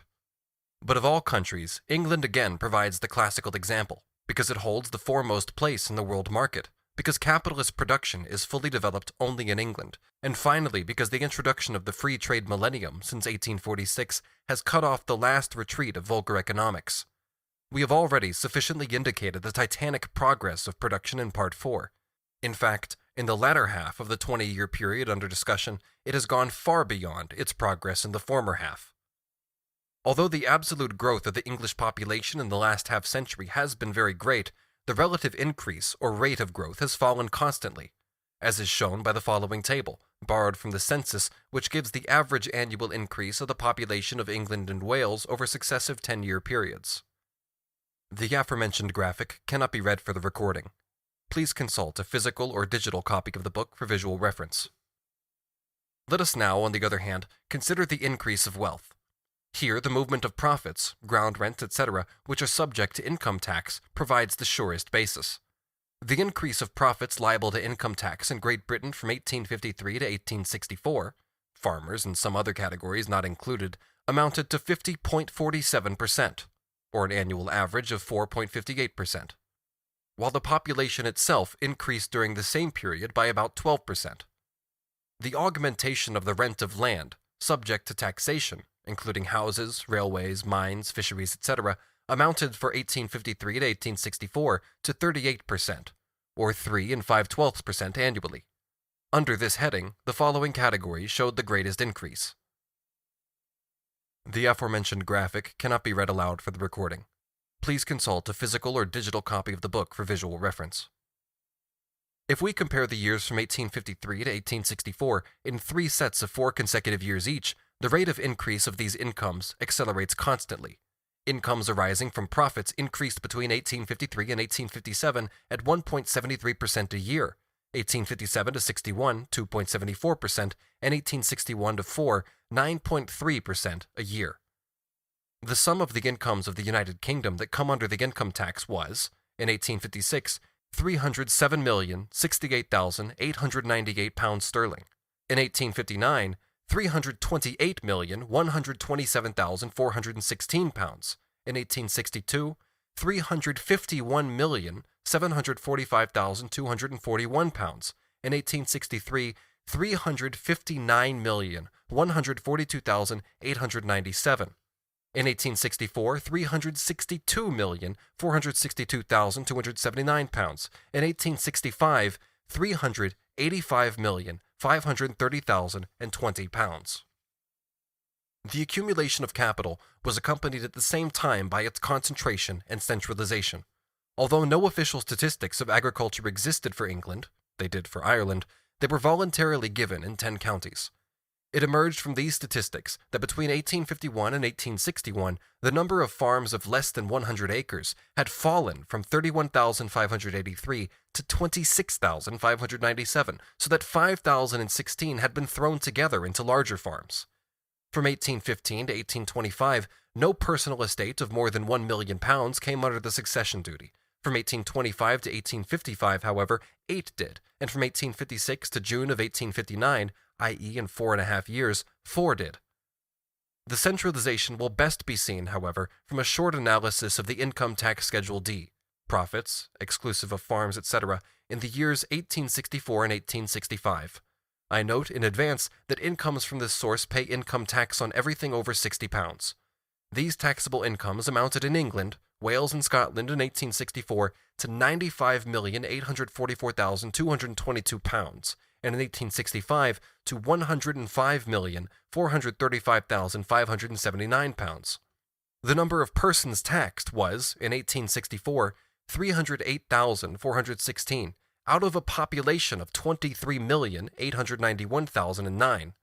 In 1865, 332,431 out of a population of 24,127,003. The following table shows the distribution of these incomes in the 2 years. The aforementioned graphic cannot be read aloud for the recording. Please consult a physical or digital copy of the book for visual reference. In 1855, there were produced in the United Kingdom 61,543,079 tons of coal, of value £16,113,167. In 1864, 92,787,873 tons, of value £23,197,968. In 1855, 3.2 million tons of pig iron, of value more than £8 million. In 1864, 4.8 million tons, of value £11.9 million. In 1854, the length of railways in use in the United Kingdom was 8,054 miles, with a paid-up capital of more than £286 million. In 1864, the length was 12,789 miles, with a paid-up capital of £425.7 million. In 1854, the total sum of the exports and imports of the United Kingdom was £268.2 million, and in 1865, £489.9 million. The following table shows the movement of exports. 1846, £58.8 million. 1849, £63.6 million. 1856, £115.8 million. 1860, £135.8 million. 1865, £165.9 million. 1866, £188.9 million. After these few examples, one understands the cry of triumph uttered by the Registrar General. Quote, "Rapidly as the population has increased, it has not kept pace with the progress of industry and wealth." End quote. Let us now turn to the direct agents of this industry, or the producers of this wealth, the working class. Quote, "It is one of the most melancholy features in the social state of this country," says Gladstone, "that we see, beyond the possibility of denial, that while there is at this moment a decrease in the consuming powers of the people, an increase of the pressure of privations and distress among the working class, there is at the same time a constant accumulation of wealth in the upper classes, an increase of the luxuriousness of their habits and of their means of enjoyment, and a constant increase of capital." Thus spake this unctuous minister in the House of Commons on the 13th of February, 1843. On the 16th of April, 1863, 20 years later, in the speech in which he introduced his budget, he said, quote, "From 1842 to 1852, the taxable income of the country increased by 6%. In the 8 years from 1853 to 1861, it had increased from the basis taken in 1853 by 20%. The fact is so astonishing as to be almost incredible. This intoxicating augmentation of wealth and power, entirely confined to classes of property, must be of indirect benefit to the laboring population, because it cheapens commodities of general consumption. While the rich have been growing richer, the poor have been growing less poor. At any rate, whether the extremes of poverty are less, I do not presume to say." End quote. How lame an anticlimax! If the working class has remained poor, only less poor in proportion as it produces for the wealthy class an intoxicating augmentation of wealth and power, then it has remained relatively just as poor. If the extremes of poverty have not lessened, they have increased, because the extremes of wealth have. As for the cheapening of the means of subsistence, the official statistics, for instance the accounts of the London Orphan Asylum, show an increase in price of 20% over the last 10 years, if we compare the average of the 3 years 1860 to 1862 with the average of 1851 to 1853. In the following 3 years, 1863 to 1865, there was a progressive rise in the price of meat, butter, milk, sugar, salt, coal, and a number of other necessary means of subsistence. Gladstone's next budget speech of the 7th of April, 1864, is a Pindaric dithyramb on the progress of surplus value extraction and the happiness of the people, moderated by poverty. He speaks of the masses on the border of pauperism, of branches of trade in which wages have not increased, and finally sums up the happiness of the working class in the words, quote, "Human life is but, in 9 cases out of 10, a struggle for existence." End quote. Professor Fawcett, not bound like Gladstone by official considerations, declares roundly, quote, "I do not of course deny that money wages have been augmented by this increase of capital in the last 10 years, but this apparent advantage is to a great extent lost, because many of the necessaries of life are becoming dearer." He believes that this is because of the fall in value of the precious metals. The rich grow rapidly richer, whilst there is no perceptible advance in the comfort enjoyed by the industrial classes. They, the workers, become almost the slaves of the tradesmen, to whom they owe money. End quote. In the chapters on the working day and machinery, the reader has seen the circumstances under which the British working class has created an intoxicating augmentation of wealth and power for the possessing classes. There we were chiefly concerned with the worker while he was exercising his social function. But for a full elucidation of the law of accumulation, his condition outside the workshop must also be looked at, his condition as to food and accommodation. The limits of this book compel us to concern ourselves chiefly with the worst paid part of the industrial proletariat and the agricultural laborers, who together form the majority of the working class. But before this, just one word about official pauperism, or the part of the working class which has forfeited its condition of existence, the sale of labor power, and vegetates on public alms. The official list of paupers in England numbered 851,369 persons in 1855. 877.7 thousand in 1856, and 971.3 thousand in 1865. As a result of the cotton famine, it swelled to 1.08 million in 1863 and 1.01 million in 1864. The crisis of 1866, which hit London most severely, created there, in the center of the world market, a city with more inhabitants than the Kingdom of Scotland, an increase of pauperism for the year 1866 of 19.5% compared with 1865, and of 24.4% compared with 1864, and a still greater increase for the first months of 1867 as compared with 1866. 2 points emerge clearly when we analyze the statistics of pauperism. On the one hand, the rise and fall of the number of paupers reflects the periodic changes of the industrial cycle. On the other, the official statistics become more and more misleading as to the actual extent of pauperism in proportion as, with the accumulation of capital, the class struggle develops, and hence the class consciousness of the workers as well. For example, the barbarous nature of the treatment of the paupers, at which the English press, the Times, Pall Mall Gazette, etc., has cried out so loudly during the last 2 years, is in fact of ancient date. Friedrich Engels, in 1844, demonstrated exactly the same horrors and exactly the same transient canting outcries of sensational literature. But the frightful increase in the number of deaths by starvation in London during the last 10 years proves beyond doubt the growing horror in which the workers hold the slavery of the workhouse, that place of punishment for poverty. Subsection B. The badly paid strata of the British industrial working class. During the cotton famine of 1862-3, Dr. Edward Smith was charged by the Privy Council to make an investigation into the conditions of nourishment of the distressed cotton workers of Lancashire and Cheshire. His observations during many preceding years had led him to the conclusion that, to avert starvation diseases, the daily food of an average woman ought to contain at least 3,900 grains of carbon and 180 grains of nitrogen, the daily food of an average man at least 4,300 grains of carbon and 200 grains of nitrogen. For women, about the same quantity of nutritive elements as are contained in 2 pounds of good wheaten bread. For men, 1/9 more. For the weekly average of adult men and women, at least 28,600 grains of carbon and 1,330 grains of nitrogen. His calculation was practically confirmed in a surprising manner by its agreement with the miserable quantity of nourishment to which the emergency had reduced the consumption of the cotton workers.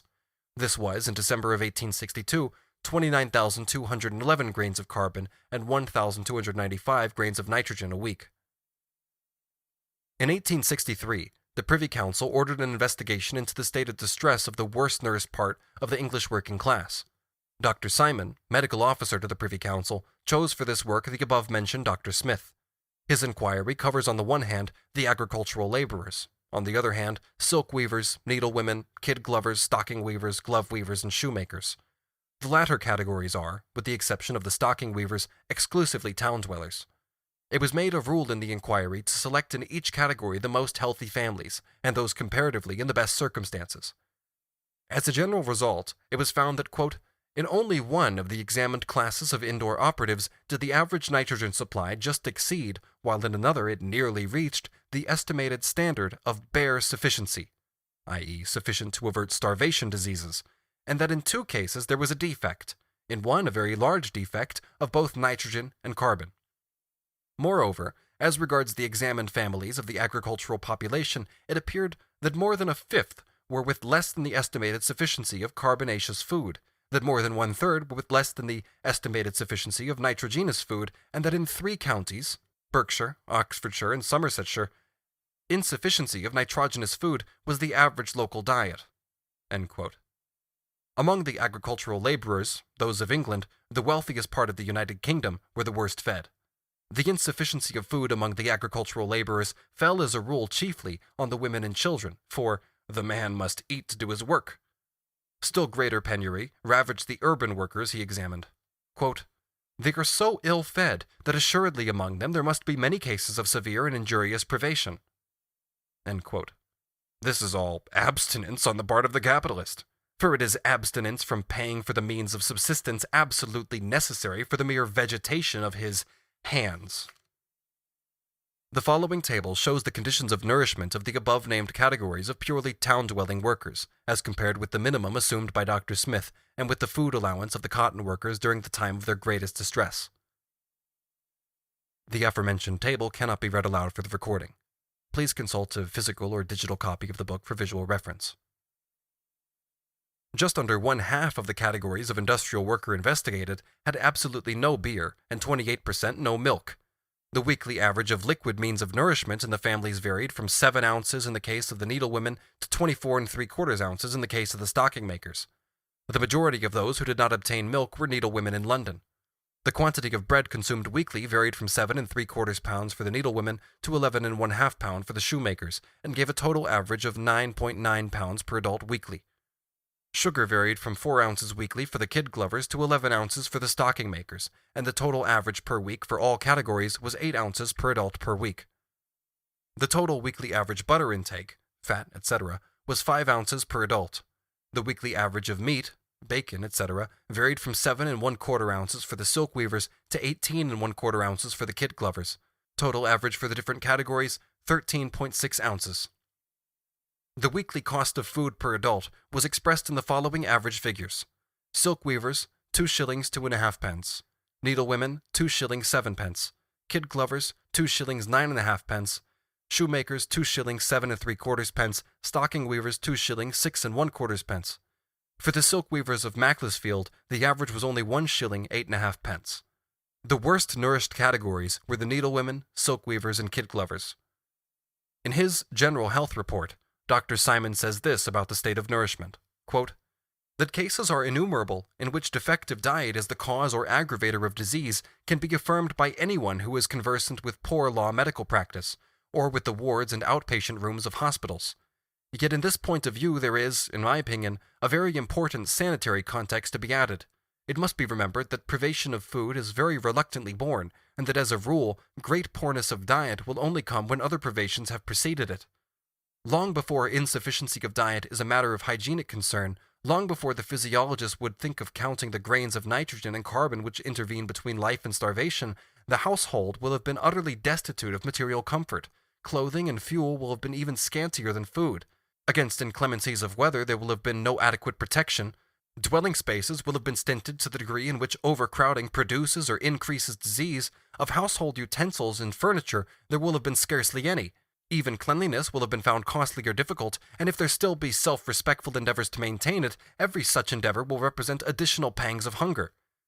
The home, too, will be where shelter can be cheapest bought. In quarters where commonly there is least fruit of sanitary supervision, least drainage, least scavenging, least suppression of public nuisances, least or worst water supply, and, if in town, least light and air. Such are the sanitary dangers to which poverty is almost certainly exposed when it is poverty enough to imply scantiness of food. And while the sum of them is of terrible magnitude against life, the mere scantiness of food is in itself a very serious moment. These are painful reflections, especially when it is remembered that the poverty to which they advert is not the deserved poverty of idleness. In all cases, it is the poverty of working populations. Indeed, as regards the indoor operatives, the work which obtains the scanty pittance of food is for the most part excessively prolonged. Yet evidently, it is only in a qualified sense that the work can be deemed self-supporting. And on a very large scale, the nominal self-support can be only a circuit, longer or shorter, to pauperism." End quote. The intimate connection between the pangs of hunger suffered by the most industrious layers of the working class and the extravagant consumption, coarse or refined, of the rich, for which capitalist accumulation is the basis, is only uncovered when the economic laws are known. It is otherwise with the housing situation. Every unprejudiced observer sees that the greater the centralization of the means of production, the greater is the corresponding concentration of workers within a given space, and therefore, the more quickly capitalist accumulation takes place, the more miserable the housing situation of the working class. Improvements of towns which accompany the increase of wealth, such as the demolition of badly built districts, the erection of palaces to house banks, warehouses, etc., the widening of streets for business traffic, for luxury carriages, for the introduction of tramways, obviously drive the poor away into even worse and more crowded corners. On the other hand, everyone knows that the dearness of houses stands in inverse ratio to their quality, and that the mines of misery are exploited by house speculators with more profit and at less cost than the mines of Potosi were ever exploited. The antagonistic character of capitalist accumulation, and thus of capitalist property relations in general, is here so evident that even the official English reports on the subject teem with heterodox onslaughts on property and its rights. This evil makes such progress alongside the development of industry, the accumulation of capital, and the growth and improvement of towns that the sheer fear of contagious diseases, which do not spare even respectable people, brought into existence from 1847 to 1864 no less than 10 Acts of Parliament on sanitation, and that the frightened middle classes in certain towns, such as Liverpool, Glasgow, and so on, took strenuous measures to deal with the problem through their municipalities. Nevertheless, Dr. Simon says in his report of 1865, quote, "Speaking generally, it may be said that the evils are uncontrolled in England." Unquote. By order of the Privy Council in 1864, an inquiry was made into the condition of the housing of agricultural laborers, and in 1865, the same thing was done for the poorer classes of the towns. The results of the admirable work of Dr. Julian Hunter are to be found in the 7th, 1865, and 8th, 1866, Reports on Public Health. I shall come back to the agricultural laborers later on. On the condition of urban dwellings, I quote, as a preliminary, a general remark made by Dr. Simon. "Although my official point of view," he says, "is one exclusively physical, common humanity requires that the other aspect of this evil should not be ignored. In its higher degrees, overcrowding almost necessarily involves such negation of all delicacy, such unclean confusion of bodies and bodily functions, such exposure of animal and sexual nakedness as is rather bestial than human. To be subject to these influences is a degradation which must become deeper and deeper for those on whom it continues to work. To children who are born under its curse, it must often be a very baptism into infamy. And beyond all measure, hopeless is the wish that persons thus circumstanced should ever in other respects aspire to that atmosphere of civilization which has its essence in physical and moral cleanliness. London takes the first place in overcrowded habitations, absolutely unfit for human beings. I feel clear," says Dr. Hunter, "on 2 points. First, that there are about 20 large colonies in London, of about 10,000 persons each, whose miserable condition exceeds almost anything I have seen elsewhere in England, and is almost entirely the result of their bad house accommodation. And second, that the crowded and dilapidated condition of the houses of these colonies is much worse than was the case 20 years ago. It is not too much to say that life in parts of London and Newcastle is infernal. Furthermore, the better-off part of the working class, together with the small shopkeepers and other elements of the lower middle class, falls in London more and more under the curse of these vile housing conditions, in proportion as improvements, and with them the demolition of old streets and houses, advance, in proportion as factories spring up and the influx of people into the metropolis grows, and finally, in proportion as house rents rise owing to increase in urban ground rent. Rents have become so heavy that few laboring men can afford more than one room. There is almost no house property in London that is not overburdened with a number of middlemen. For the price of land in London is always very high in comparison with its yearly revenue, and therefore every buyer speculates on getting rid of it again at a jury price, the expropriation valuation fixed by jurymen, or on pocketing an extraordinary increase of value arising from the proximity of some large-scale undertaking.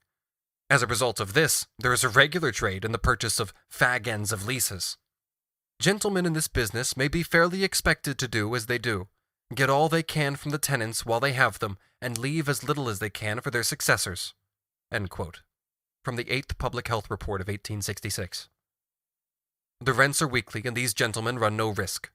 Owing to the construction of railways within the city, the spectacle has lately been seen in the east of London of a number of families wandering about some Saturday night with their scanty worldly goods on their backs without any resting place but the workhouse. The workhouses are already overcrowded, and the improvements already sanctioned by Parliament have only just begun. If the workers are driven away by the demolition of their old houses, they either do not leave the old parish, or at the most, they settle down on its borders, as near as they can get to it. They try, of course, to remain as near as possible to their workshops. The inhabitants do not go beyond the same or the next parish, parting their 2-room tenements into single rooms, and crowding even those. Even at an advanced rent, the people who are displaced will hardly be able to get an accommodation so good as the meager one they have left. Half the workmen of the Strand walked 2 miles to their work. This same Strand, a main thoroughfare which gives strangers an imposing idea of the wealth of London, may serve as an example of the way human beings are packed together in that city. In one of its parishes, the public health officer reckoned 581 persons per acre, although half the width of the Thames was included in the parish. It will of course be understood that all the measures for the improvement of public health which have been taken so far in London have, in fact, by demolishing uninhabitable houses, driven the workers out of some districts only to crowd them together still more closely in other districts. Either, says Dr. Hunter, the whole proceeding will of necessity stop as an absurdity, or the public compassion be effectually aroused to the obligation which may now be, without exaggeration, called national, of supplying cover to those who will provide it for them. Capitalist justice is truly to be wondered at.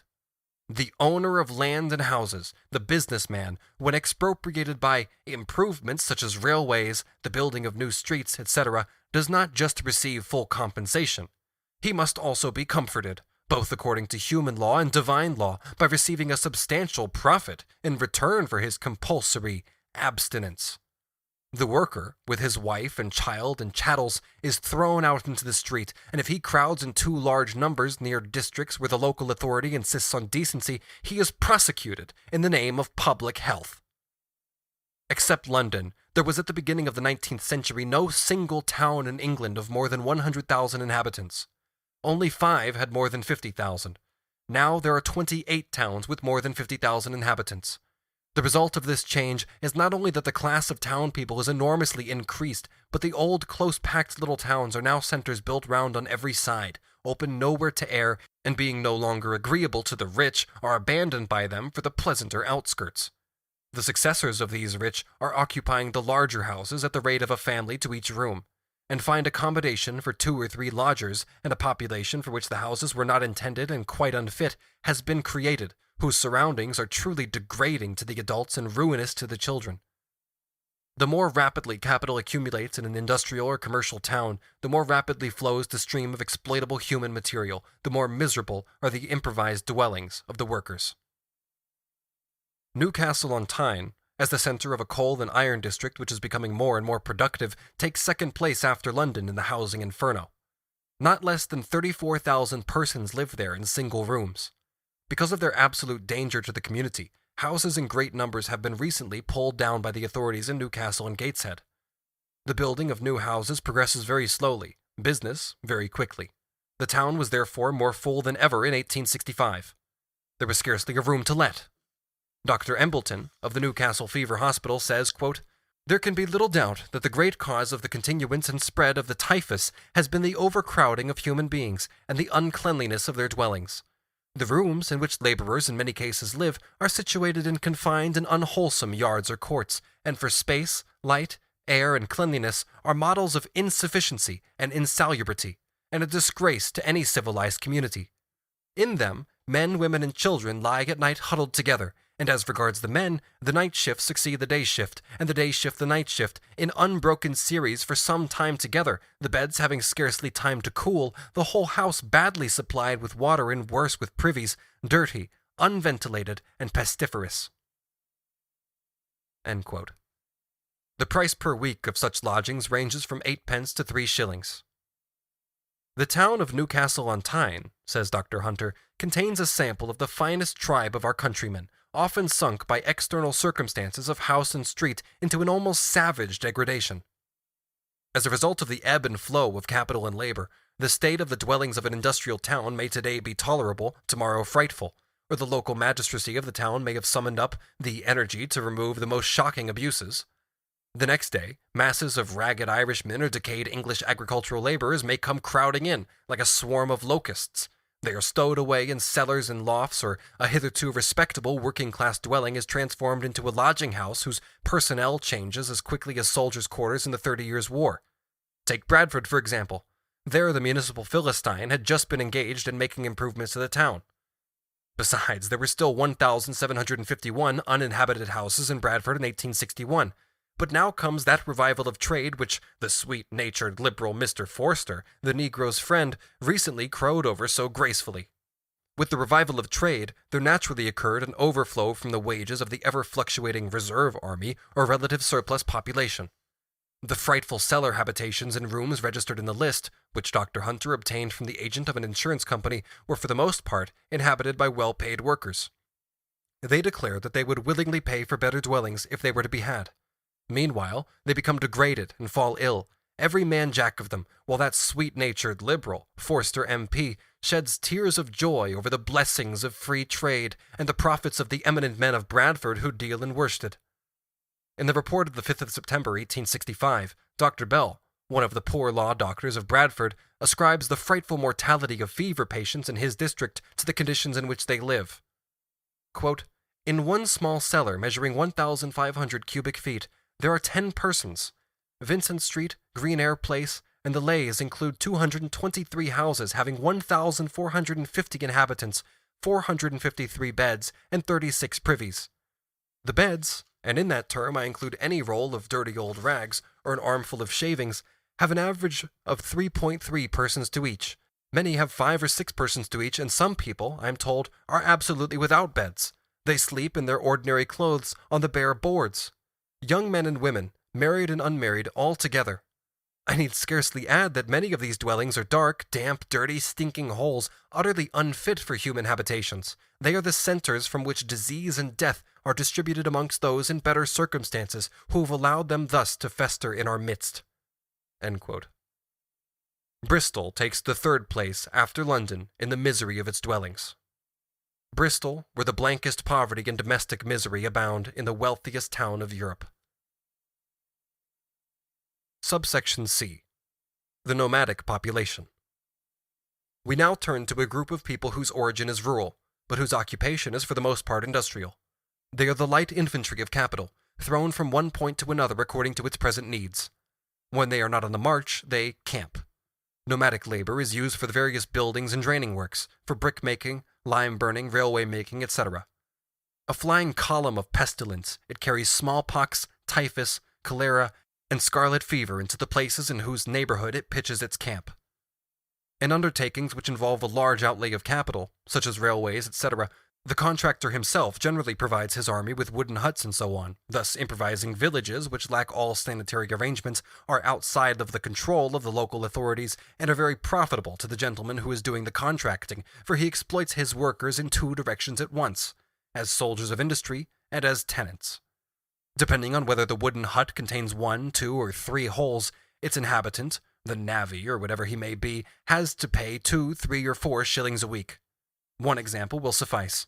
Dr. Simon reports that in September of 1864, the chairman of the Nuisances Removal Committee of the parish of Sevenoaks sent the following denunciation to Sir George Grey, the Home Secretary. Quote, "Smallpox cases were rarely heard of in this parish until about 12 months ago.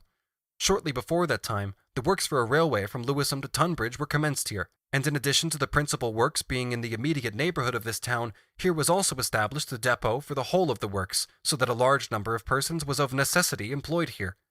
As cottage accommodation could not be attained for them all, huts were built in several places along the line of the works by contractor Mr. J, for their special occupation. These huts possessed no ventilation nor drainage, and besides were necessarily overcrowded, because each occupant had to accommodate lodgers, whatever the number in his own family might be, although there were only 2 rooms to each tenement. The consequences were, according to the medical report we received, that in the night time these poor people were compelled to endure all the horror of suffocation to avoid the pestiferous smells arising from the filthy, stagnant water and the privies close under their windows. Complaints were at length made to the Nuisances Removal Committee by a medical gentleman who had occasion to visit those huts, and he spoke of their condition as dwellings in the most severe terms, and he expressed his fears that some very serious consequences might ensue unless some sanitary measures were adopted. About a year ago, Mr. J promised to appropriate a hut, to which persons in his employ who were suffering from contagious diseases might at once be removed. He repeated that promise on the 23rd of July last, but although since the date of the last promise there have been several cases of smallpox in his huts and 2 deaths from the same disease, yet he has taken no steps whatever to carry out his promise. On the 9th of September instant, Mr. Kelson, a surgeon, reported to me on further cases of smallpox in the same huts, and he described their condition as most disgraceful. I should add for the minister's information that an isolated house, called the pest house, which is set apart for parishioners who might be suffering from infectious diseases, has been continually occupied by such patients for many months past, and is now also occupied, that in one family 5 children died from smallpox and fever, that from the 1st of April to the 1st of September this year, a period of 5 months, there have been no fewer than 10 deaths from smallpox in the parish, 4 of them being in the huts already referred to, that it is impossible to ascertain the exact number of persons who have suffered from that disease, cottages, although they are known to be many, from the fact of the families keeping it as private as possible." End quote. Workers in coal and other mines belong to the best-paid categories of the British proletariat. The price they pay for their wages was shown on an earlier page. Here I shall merely glance at their housing conditions. As a rule, the exploiter of a mine, whether he is the proprietor or a tenant, builds a number of cottages for his hands. They receive cottages and coal for firing for nothing, i.e., these form a part of their wages, paid in kind. Those who cannot be housed in this way receive in compensation £4 per annum. The mining districts rapidly attract a large population, made up of the miners themselves and the artisans, shopkeepers, etc., who group themselves around them. The ground rent is high, as it is generally where the population is dense.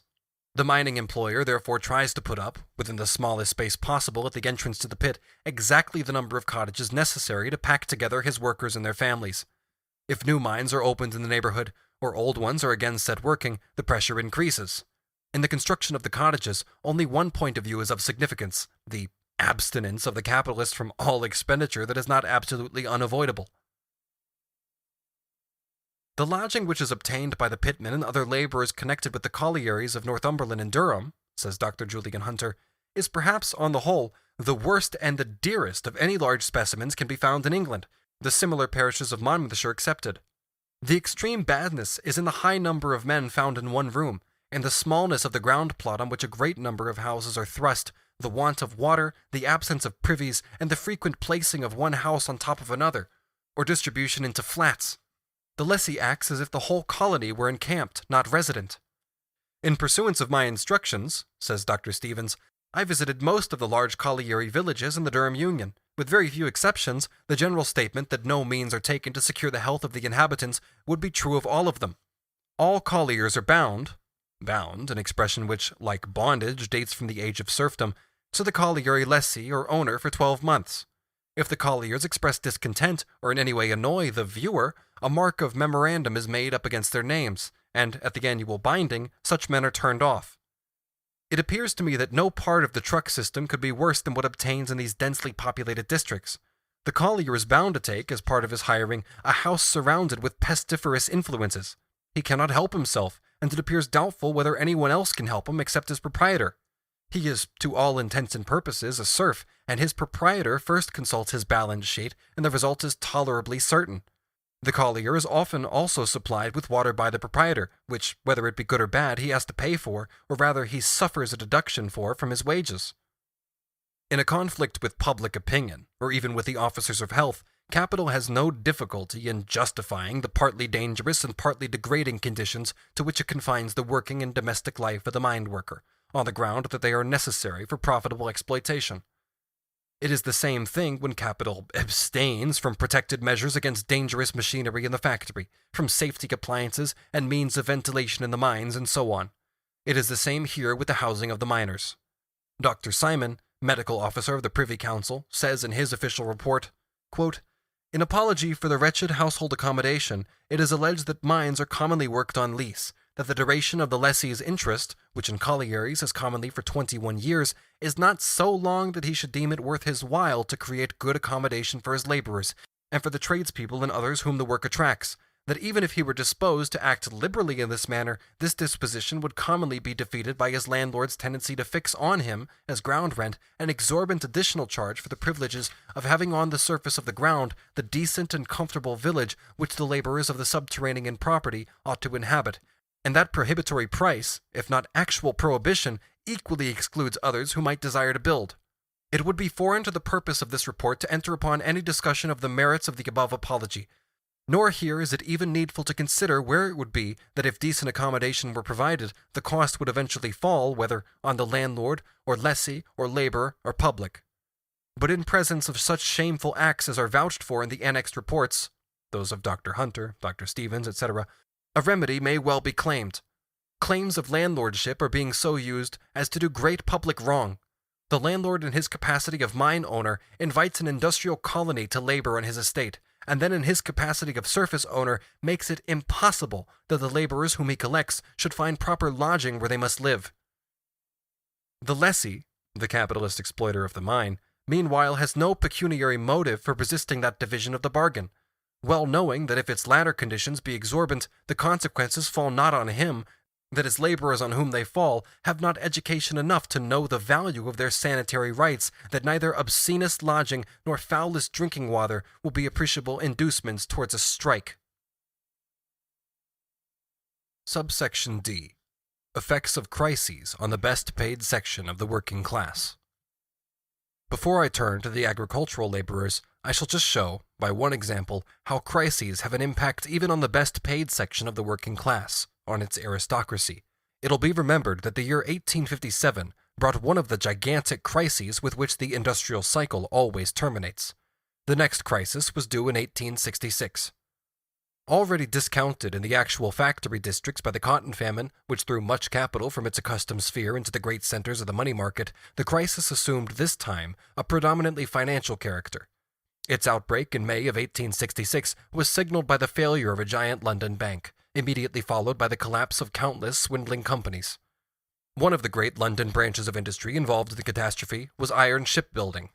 The magnates of this trade had not only overproduced beyond all measure during the swindling period, but they had, apart from this, entered into enormous contracts on the speculative assumption that credit would be forthcoming to an equivalent extent. A terrible reaction then set in, which continues even now, at the end of March 1867, both in shipbuilding and in other London industries. Let me characterize the situation of the workers by quoting the following from a very detailed report by a correspondent of the Morning Star, who visited the chief centers of distress at the end of 1866 and the beginning of 1867. Quote, "In the East End districts of Poplar, Millwall, Greenwich, Deptford, Limehouse, and Canning Town, at least 15,000 workmen and their families were in a state of utter destitution, and 3,000 skilled mechanics were breaking stones in the workhouse yard after distress over half a year's duration. I had great difficulty in reaching the workhouse door, for a hungry crowd besieged it. They were waiting for their tickets, but the time had not yet arrived for their distribution. The yard was a great square place with an open shed running all round it, and several large heaps of snow covered the paving stones in the middle. In the middle also were little wicker fence spaces, like sheep pens, where in finer weather the men worked, but on the day of my visit the pens were so snowed up that nobody could sit in them. Men were busy, however, in the open shed breaking paving stones into macadam. Each man had a big paving stone for a seat, and he chipped away at the rime-covered granite until he had broken up, and think! 5 bushels of it, and then he had done his day's work, and got his day's pay. 3 pence and an allowance of food. In another part of the yard was a rickety little wooden house, and when we opened the door of it, we found it filled with men who were huddled together shoulder to shoulder, for the warmth of one another's bodies and breath. They were picking oakum and disputing the while as to which could work the longest on a given quantity of food, for endurance was the point of honor. 7,000 in this one workhouse were recipients of relief. Many hundreds of them, it appeared, were 6 or 8 months ago, earning the highest wages paid to artisans. Their number would be more than doubled by the count of those who, having exhausted all their savings, still refuse to apply to the parish because they have a little left to pawn. Leaving the workhouse, I took a walk through the streets, mostly of little one-story houses that abound in the neighborhood of Poplar. My guide was a member of the Committee of the Unemployed. My first call was on an iron worker who had been 27 weeks out of employment. I found the man with his family sitting in a little back room.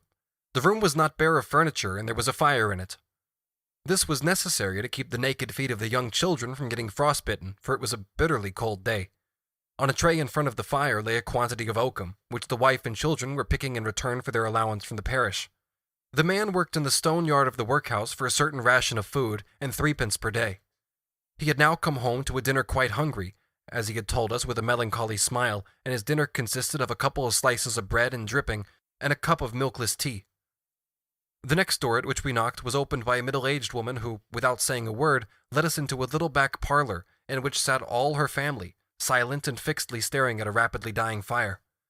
Such desolation, such hopelessness was about these people in their little room, as I should not care to witness again. "Nothing they have done, sir," said the woman, pointing to her boys, "for 26 weeks, and all our money gone. All the 20 pounds that me and father saved when times were better, thinking it would yield a little to keep us when we got past work. Look at it," she said, almost fiercely, bringing out a bank book with all its well-kept entries of money paid in and money taken out, so that we could see how the little fortune had begun with the first 5-shilling deposit, and had grown by little and little to be 20 pounds, and how it had melted down again till the sum in hand got from pounds to shillings, and the last entry made the book as worthless as a blank sheet. This family received relief from the workhouse, and it furnished them with just one scanty meal per day. Our next visit was to an iron laborer's wife, whose husband had worked in the yards.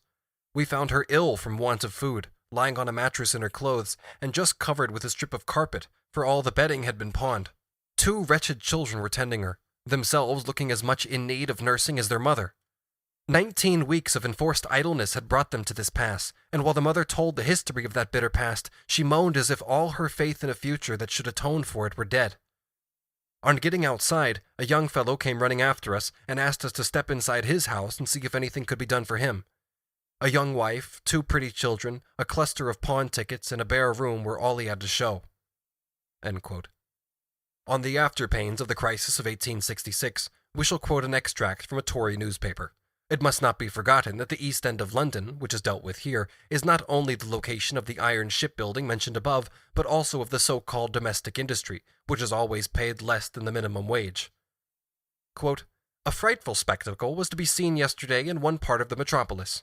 Although the unemployed thousands of the East End did not parade with their black flags en masse, the human torrent was imposing enough. Let us remember what these people suffer. They are dying of hunger. That is the simple and terrible fact. There are 40,000 of them in our presence. In one quarter of this wonderful metropolis are packed next door to the most enormous accumulation of wealth the world ever saw. Cheek by jowl with this are 40,000 helpless, starving people. These thousands are now breaking in upon the other quarters, always half starving. They cry their misery in our ears. They cry to heaven. They tell us from their miserable dwellings that it is impossible for them to find work and useless for them to beg. The local ratepayers themselves are driven by the parochial charges to the verge of pauperism." End quote, from Standard, the 5th of April, 1867. As it is the fashion amongst English capitalists to quote Belgium as the workers' paradise because freedom of labor, or what is the same thing, freedom of capital, is there limited neither by the despotism of the trade unions nor by the shackles of the factory acts, we shall say a word or two here about the good fortune of the Belgian worker. Assuredly no one was more thoroughly initiated into the mysteries of this good fortune than the late Mr. Duc Petiot, Inspector General of the Belgian prisons and charitable institutions, and member of the Central Statistical Commission of Belgium. Let us take his work, Economic Budgets of the Working Classes of Belgium, Brussels, 1855. Here we find, amongst other things, a discussion of a normal Belgian worker's family, whose yearly income and expenditure he calculates on very exact data, and whose conditions of nourishment are then compared with those of the soldier, the sailor, and the prisoner. The family consists of father, mother, and 4 children. Of these 6 persons, 4 may be usefully employed the whole year through. It is assumed that there is no sick person among them, or anyone incapable of work, nor are there expenses for religious, moral, and intellectual purposes, except a very small sum for church pews, nor contributions to savings banks or benefit societies, nor expenses due to luxury or the result of improvidence. The father and eldest son, however, allow themselves the use of tobacco, and on Sundays go to the ale-house, for which a whole 86 centimes a week are reckoned.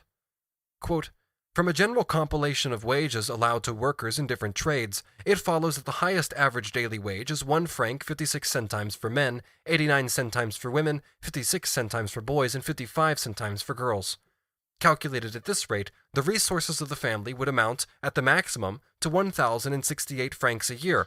In the family taken as typical, we have calculated all possible resources. In ascribing wages to the mother of the family, however, we thereby remove the household from her management. But who will look after the house and the young children? Who will prepare the meals, do the washing and mending? This is the dilemma presented every day to the workers." End quote. We see that few workers' families can reach, we will not say the average of the sailor or soldier, but even that of the prisoner. The general average of the cost of each prisoner in the different prisons during the period of 1847 to 1849 has been 63 centimes for all prisons. This figure, compared with that of the daily maintenance of the worker, shows a difference of 13 centimes. It must be remarked further that if in the prisons it is necessary to set down in the account the expenses of administration and surveillance, on the other hand, the prisoners do not have to pay for their lodgings. How does it happen, then, that a great number, we might say the great majority of workers, live even more economically than the prisoners? It is because they adopt expedients whose secrets are only known by the workers. They reduce their daily rations, they substitute rye bread for wheat, they eat less meat or even none at all, and the same with butter and condiments. They content themselves with 1 or 2 rooms where the family is crammed together, where boys and girls sleep side by side, often on the same mattress. They economize on clothing, washing, and decency. They give up the diversions of Sunday. In short, they resign themselves to the most painful privations. Once this extreme limit has been reached, the least rise in the price of food, the shortest stoppage of work, the slightest illness, increases the worker's distress and brings him to complete disaster. Debts accumulate, credit fails, the most necessary clothes and furniture are pawned, and finally, the family asked to be enrolled on the list of paupers. End quote. In fact, in this paradise for capitalists, the smallest change in the price of the most essential means of subsistence is followed by a change in the number of deaths and crimes. There are 930,000 families in Belgium, of whom, according to the official statistics, 90,000 are wealthy and on the list of voters, i.e. 450,000 persons, 390,000 families of the lower middle class in towns and villages, the greater part of them constantly sinking into the proletariat, i.e. 1.95 million persons. Finally, 450,000 working-class families, i.e. 2.25 million persons, of whom the model ones enjoy the good fortune depicted by Duc Petiot. Of the 450,000 working-class families, over 200,000 are on the pauper list. Subsection E. The British Agricultural Proletariat.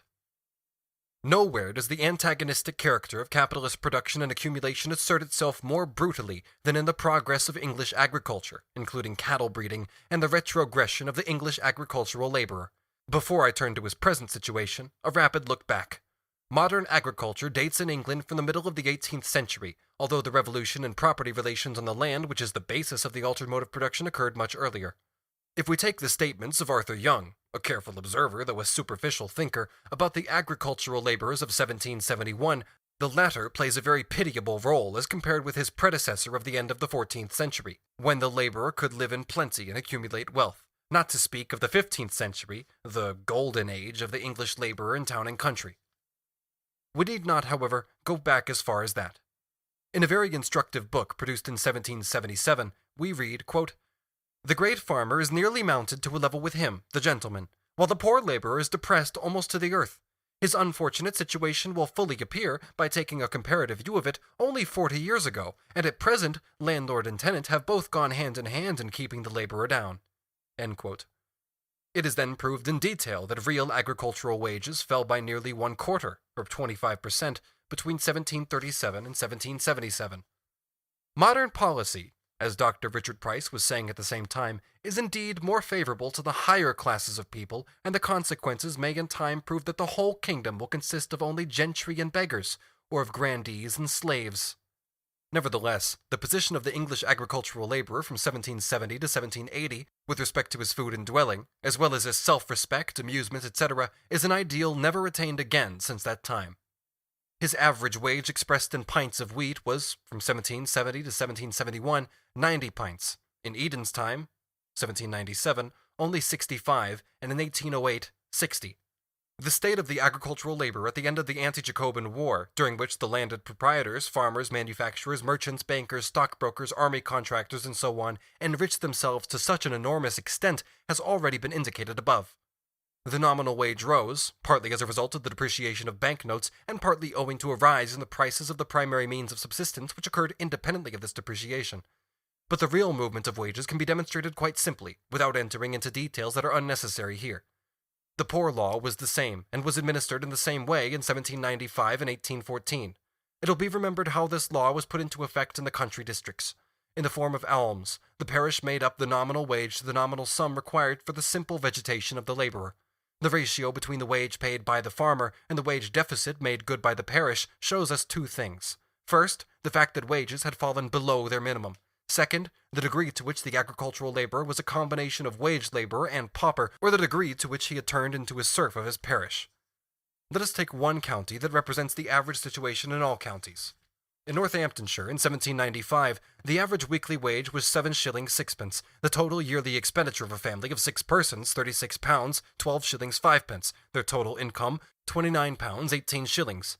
Deficit made good by the parish, £6 14 shillings 5 pence. In 1814, in the same county, the weekly wage was 12 shillings 2 pence. And the total yearly expenditure of a family of 5 persons, £54 18 shillings 4 pence. Their total income, £36 2 shillings. Deficit made good by the parish, £18 6 shillings and 4 pence. In 1795, the deficit was less than a quarter of the wage. In 1814, it was more than a half. It is self-evident that under these circumstances, the meager comforts that Eden still found in the cottage of the agricultural laborer had vanished by 1814. Of all the animals kept by the farmer, the laborer, the instrumentum vocale, was thenceforth the most oppressed, the worst nourished, the most brutally treated. This state of affairs continued quietly until, quote, the swing riots, in 1830, revealed to us, i.e. to the ruling class, by the light of blazing corn stacks, that misery and black mutinous discontent smoldered quite as fiercely under the surface of agricultural as of manufacturing England. It was at that time that Sadler, in the House of Commons, christened the agricultural laborers white slaves, and a bishop echoed the epithet in the House of Lords. The most notable political economist of that period, E.G. Wakefield, says, quote, the peasant of the south of England is not a freeman, nor is he a slave, he is a pauper. The time just before the repeal of the Corn Laws threw new light on the condition of the agricultural laborers. On the one hand, it was in the interest of the middle-class agitators to prove how little the Corn Laws protected the actual producers of the corn. On the other hand, the industrial bourgeoisie was seething with wrath at the denunciations of the factory system made by the landed aristocracy, at the affectation of sympathy displayed by those utterly corrupt, heartless, and genteel idlers for the woes of the factory workers, and at their diplomatic zeal for factory legislation. There is an old English proverb to the effect that when thieves fall out, honest men come into their own, and in fact the noisy and passionate dispute between the two fractions of the ruling class as to which of them exploited the workers more shamelessly was the midwife of truth on both sides of the question. Earl Shaftesbury, then Lord Ashley, was the protagonist of the aristocratic philanthropic campaign against the factories. He therefore formed a favorite target for the revelations of the Morning Chronicle in 1844 and 1845 on the conditions of the agricultural laborers. This newspaper, at that time the most important liberal organ, sent special commissioners into the agricultural districts, commissioners who did not content themselves with mere general descriptions and statistics, but published the names both of the families of laborers examined and of their landlords. The list on the following page gives the wages paid in 3 villages in the neighborhood of Blandford, Wimborne, and Poole. The villages are the property of Mr. G. Banks and the Earl of Shaftesbury. It'll be noted that, just like Banks, the Pope of the Low Church, the head of the English Pietists, also pockets a large part of the miserable wages of the laborers under the pretext of the rent of their houses. The aforementioned graphic cannot be read aloud for the recording. Please consult a physical or digital copy of the book for visual reference. The repeal of the Corn Laws gave a marvelous impulse to English agriculture. Drainage on the most extensive scale, new methods of stall feeding and the artificial cultivation of green crops, the introduction of mechanical manuring apparatus, new treatment of clay soils, increased use of mineral manures, employment of the steam engine, and all kinds of new machinery, more intensive cultivation in general, are all characteristic of this epoch. Mr. Pusey, chairman of the Royal Agricultural Society, declares that the relative expense of farming had been reduced nearly 50% by the introduction of new machinery. On the other hand, the actual productive return of the soil rose rapidly. Greater outlay of capital per acre, and as a consequence more rapid concentration of farms, were essential conditions of the new method. At the same time, the area under cultivation increased, from 1846 to 1856, by 464,119 acres, without counting the large part of the eastern counties which was transformed from rabbit warrens and poor pastures into magnificent cornfields.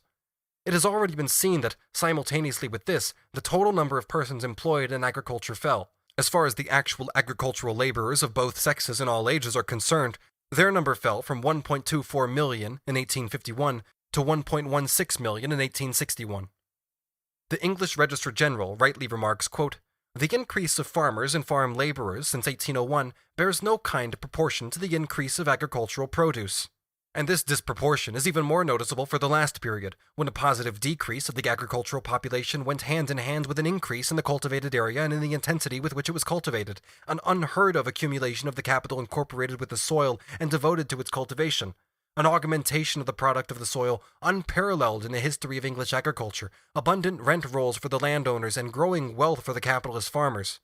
If we take this together with the swift, unbroken extension of the market, i.e., the growth of the towns and the reign of free trade, then the agricultural laborer was at last, after so many vicissitudes, placed in circumstances that ought, according to the orthodox rules, to have made him drunk with happiness. But Professor Rogers comes to the conclusion that the situation of the English agricultural labor of today, in comparison with his predecessor from 1770 to 1780, not to speak of his predecessor in the last half of the 14th and the 15th century, has changed for the worse to an extraordinary extent, that, quote, the peasant has again become a serf, end quote, and a serf worse fed and worse clothed.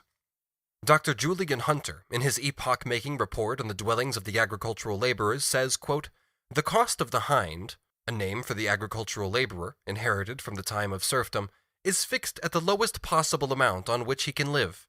The supplies of wages and shelter are not calculated on the profit to be derived from him. He is a zero in farming calculations. The means of subsistence are always supposed to be a fixed quantity.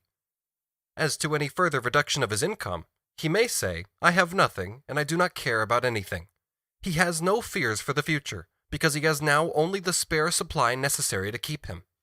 He has reached the zero from which are dated the calculations of the farmer. Come what will, he has no share either in prosperity or adversity. End quote. In the year 1863, an official inquiry took place into the conditions of nourishment and work of the criminals condemned to transportation and penal servitude. The results are recorded in two voluminous blue books. Among other things, it is said, quote, from an elaborate comparison between the diet of convicts in the convict prisons in England and that of the paupers in workhouses and of free laborers in the same country, it certainly appears that the former are much better fed than either of the two other classes, while the amount of labor required from an ordinary convict under penal servitude is about 1/2 of what would be done by an ordinary day laborer. End quote. Here are a few characteristic depositions of witnesses. Number 5056, quote, the diet of the English prisons is superior to that of ordinary laborers in England. End quote. Number 5075. It is the fact that the ordinary agricultural laborers in Scotland very seldom get any meat at all. Answer number 3047. Is there anything that you are aware of to account for the necessity of feeding them very much better than ordinary laborers? Certainly not. Number 3048. Do you think that further experiments ought to be made in order to ascertain whether a dietary might not be hit upon for prisoners employed on public works nearly approaching to the dietary of free laborers? He, the agricultural laborer, might say, I work hard and have not enough to eat, and therefore it is better for me to be in prison again than here. From the tables appended to the first volume of the Report 1 have compiled this comparative summary. The aforementioned graphic cannot be read aloud for the recording. Please consult a physical or digital copy of the book for visual reference. The general result of the inquiry by the Medical Commission of 1863 into the state of nourishment of the worst-fed classes of the people is already known to the reader. He will remember that the diet of a great part of the families of agricultural laborers is below the minimum necessary, quote, to avert starvation disease, end quote. This is especially the case in all the purely rural districts of Cornwall, Devon, Somerset, Wiltshire, Staffordshire, Oxfordshire, Berkshire, and Hertfordshire. Quote, the nourishment obtained by the laborer himself, says Dr. E. Smith, is larger than the average quantity indicates, since he eats a larger share, necessary to enable him to perform his labor, of food than other members of the family, including in the poorer districts nearly all the meat and bacon. The quantity of food obtained by the wife and also by the children at the period of rapid growth is in many cases, in almost every county, deficient, and particularly in nitrogen. End quote. The male and female servants who live with the farmers themselves are sufficiently nourished. Their number fell from 288.27 thousand in 1851 to 204.96 thousand in 1861.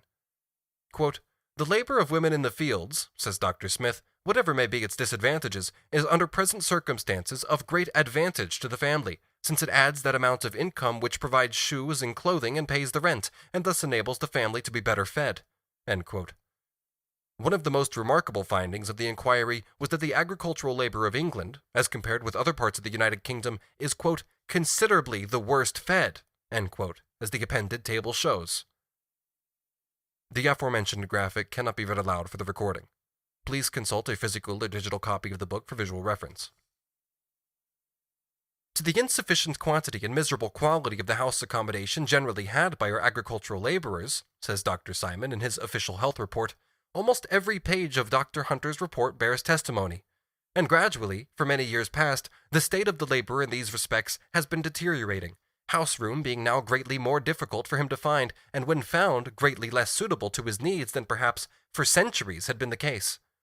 Especially within the last 20 or 30 years, the evil has been in very rapid increase, and the household circumstances of the laborer are now in the highest degree deplorable, except insofar as they whom his labor enriches see fit to treat him with a kind of pitiful indulgence. He is quite peculiarly helpless in the matter. Whether he shall find house room on the land which he contributes to till, whether the house room which he gets shall be human or swinish, whether he shall have the little space of garden that so vastly lessens the pressure of his poverty, all this does not depend on his willingness and ability to pay reasonable rent for the decent accommodation he requires, but depends on the use which others may see fit to make of their right to do so as they will with their own. However large may be a farm, there is no law that a certain proportion of laborers' dwellings, much less of decent dwellings, shall be upon it. Nor does any law reserve for the laborer ever so little right in that soil to which his industry is as needful as sun and rain. An extraneous element weighs the balance heavily against him, the influence of the poor law in its provisions concerning settlement and chargeability. Under this influence, each parish has pecuniary interest in reducing to a minimum the number of its resident laborers. For, unhappily, agricultural labor, instead of implying a safe and permanent independence for the hard-working laborer and his family, implies for the most part only a longer or shorter circuit to eventual pauperism, a pauperism which, during the whole circuit, is so near that any illness or temporary failure of occupation necessitates immediate recourse to parochial relief, and thus all residence of agricultural population in a parish is glaringly in addition to its poor rates. Large proprietors have but to resolve that there shall be no laborers' dwellings on their estates, and their estates will thenceforth be virtually free from half the responsibility for the poor. How far it has been intended, in the English Constitution and law, that this kind of unconditional property in land should be acquirable, and that a landlord, doing as he wills with his own, should be able to treat the cultivators of the soil as aliens whom he may expel from his territory, is a question which I do not pretend to discuss. For that power of eviction does not only exist in theory. On a very large scale it prevails in practice, prevails as a main governing condition in the household circumstances of agricultural labor. As regards the extent of the evil, it may suffice to refer to the evidence which Dr. Hunter has compiled from the last census. The destruction of houses, notwithstanding increased local demands for them, had during the last 10 years been in progress in 821 separate parishes or townships of England, so that irrespectively of persons who had been forced to become non-resident, that is, in the parishes in which they work, these parishes and townships were receiving in 1861, as compared with 1851, a population 5 1/3% greater into house room 4 1/2% less. When the process of depopulation has completed itself, the result, says Dr. Hunter, is a show village where the cottages have been reduced to a few, and where none but persons who are needed as shepherds, gardeners, or gamekeepers are allowed to live, regular servants who receive the good treatment usual to their class. But the land requires cultivation, and it will be found that the laborers employed upon it are not tenants of the owner, but that they come from a neighboring open village, perhaps 3 miles off, where a numerous small proprietary had received them when their cottages were destroyed in the close villages around. Where things are tending to the above result, often the cottages which stand testify, in their unrepaired and wretched condition, to the extinction to which they are doomed. They are seen standing in the various stages of natural decay.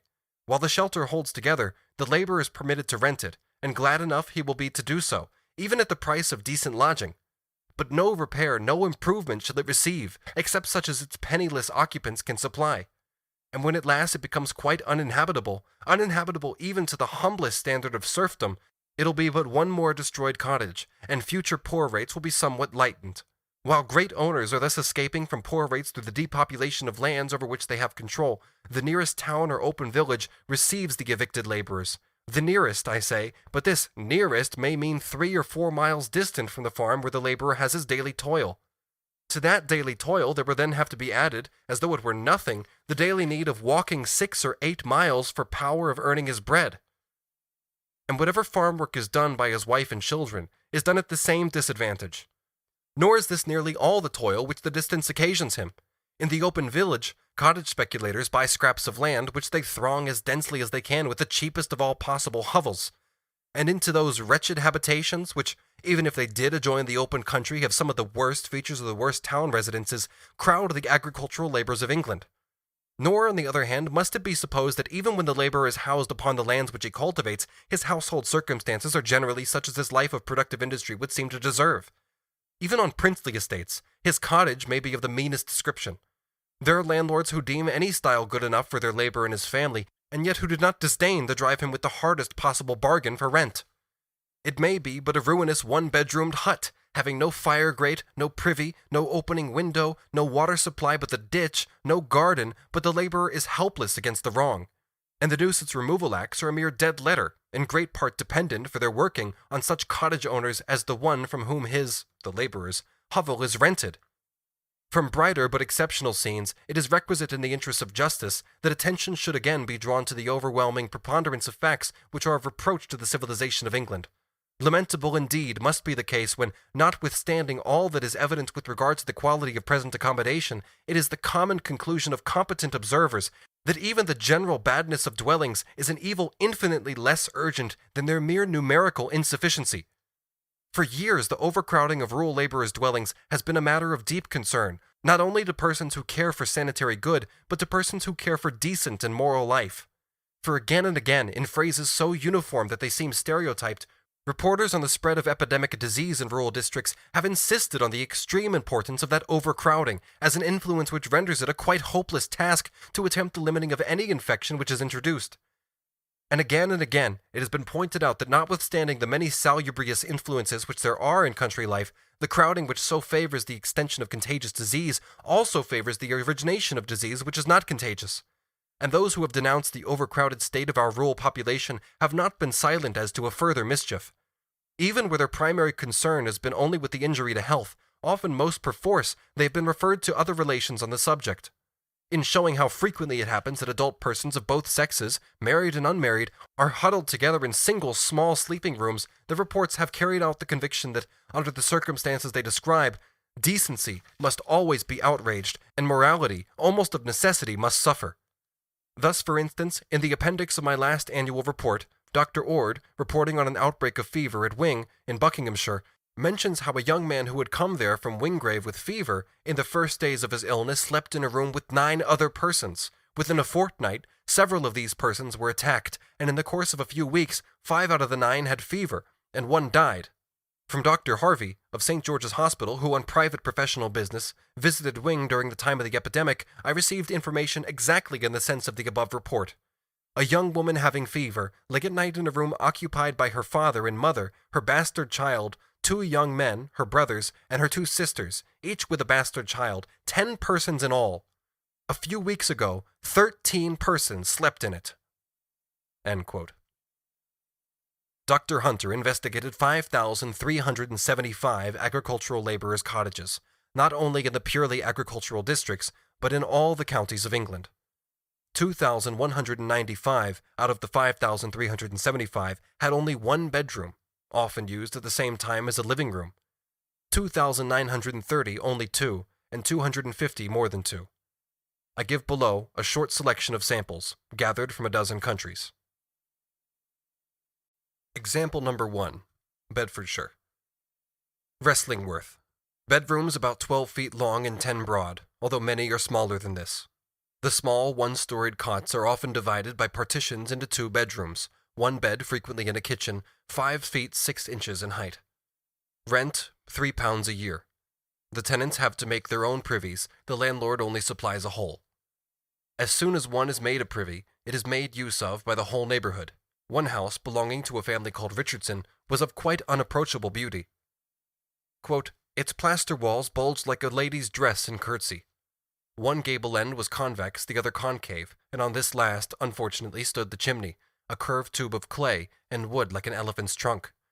A long stick served as prop to prevent the chimney from falling. The doorway and window were rhomboidal." End quote. Of 17 houses visited, only 4 had more than 1 bedroom, and those 4 overcrowded. The cots with 1 bedroom sheltered 3 adults and 3 children, a married couple with 6 children, etc. Dunton. High rents, from £4 to £5. Weekly wages of the men, 10 shillings. They hope to pay the rent by the straw plating of the family. The higher the rent, the greater the number that must work together to pay. 6 adults, living with 4 children in 1 sleeping apartment, pay £3 10 shillings for it. The cheapest house in Dunton, 15 feet long externally, 10 broad, let for £3. Only one of the houses investigated had 2 bedrooms. A little outside the village, A house whose tenants dunged against the house side, the lower 9 inches of the door eaten away through sheer rottenness.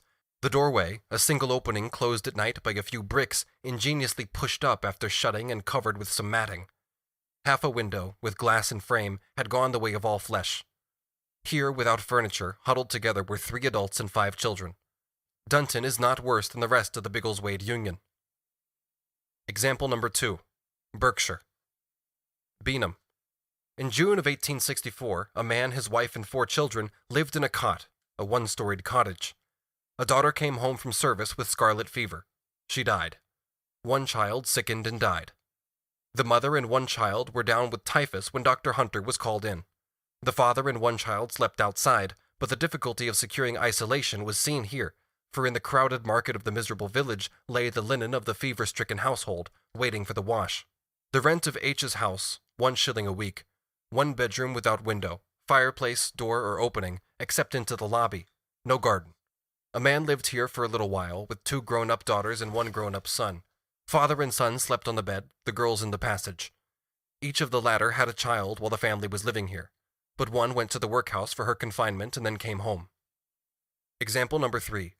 Buckinghamshire.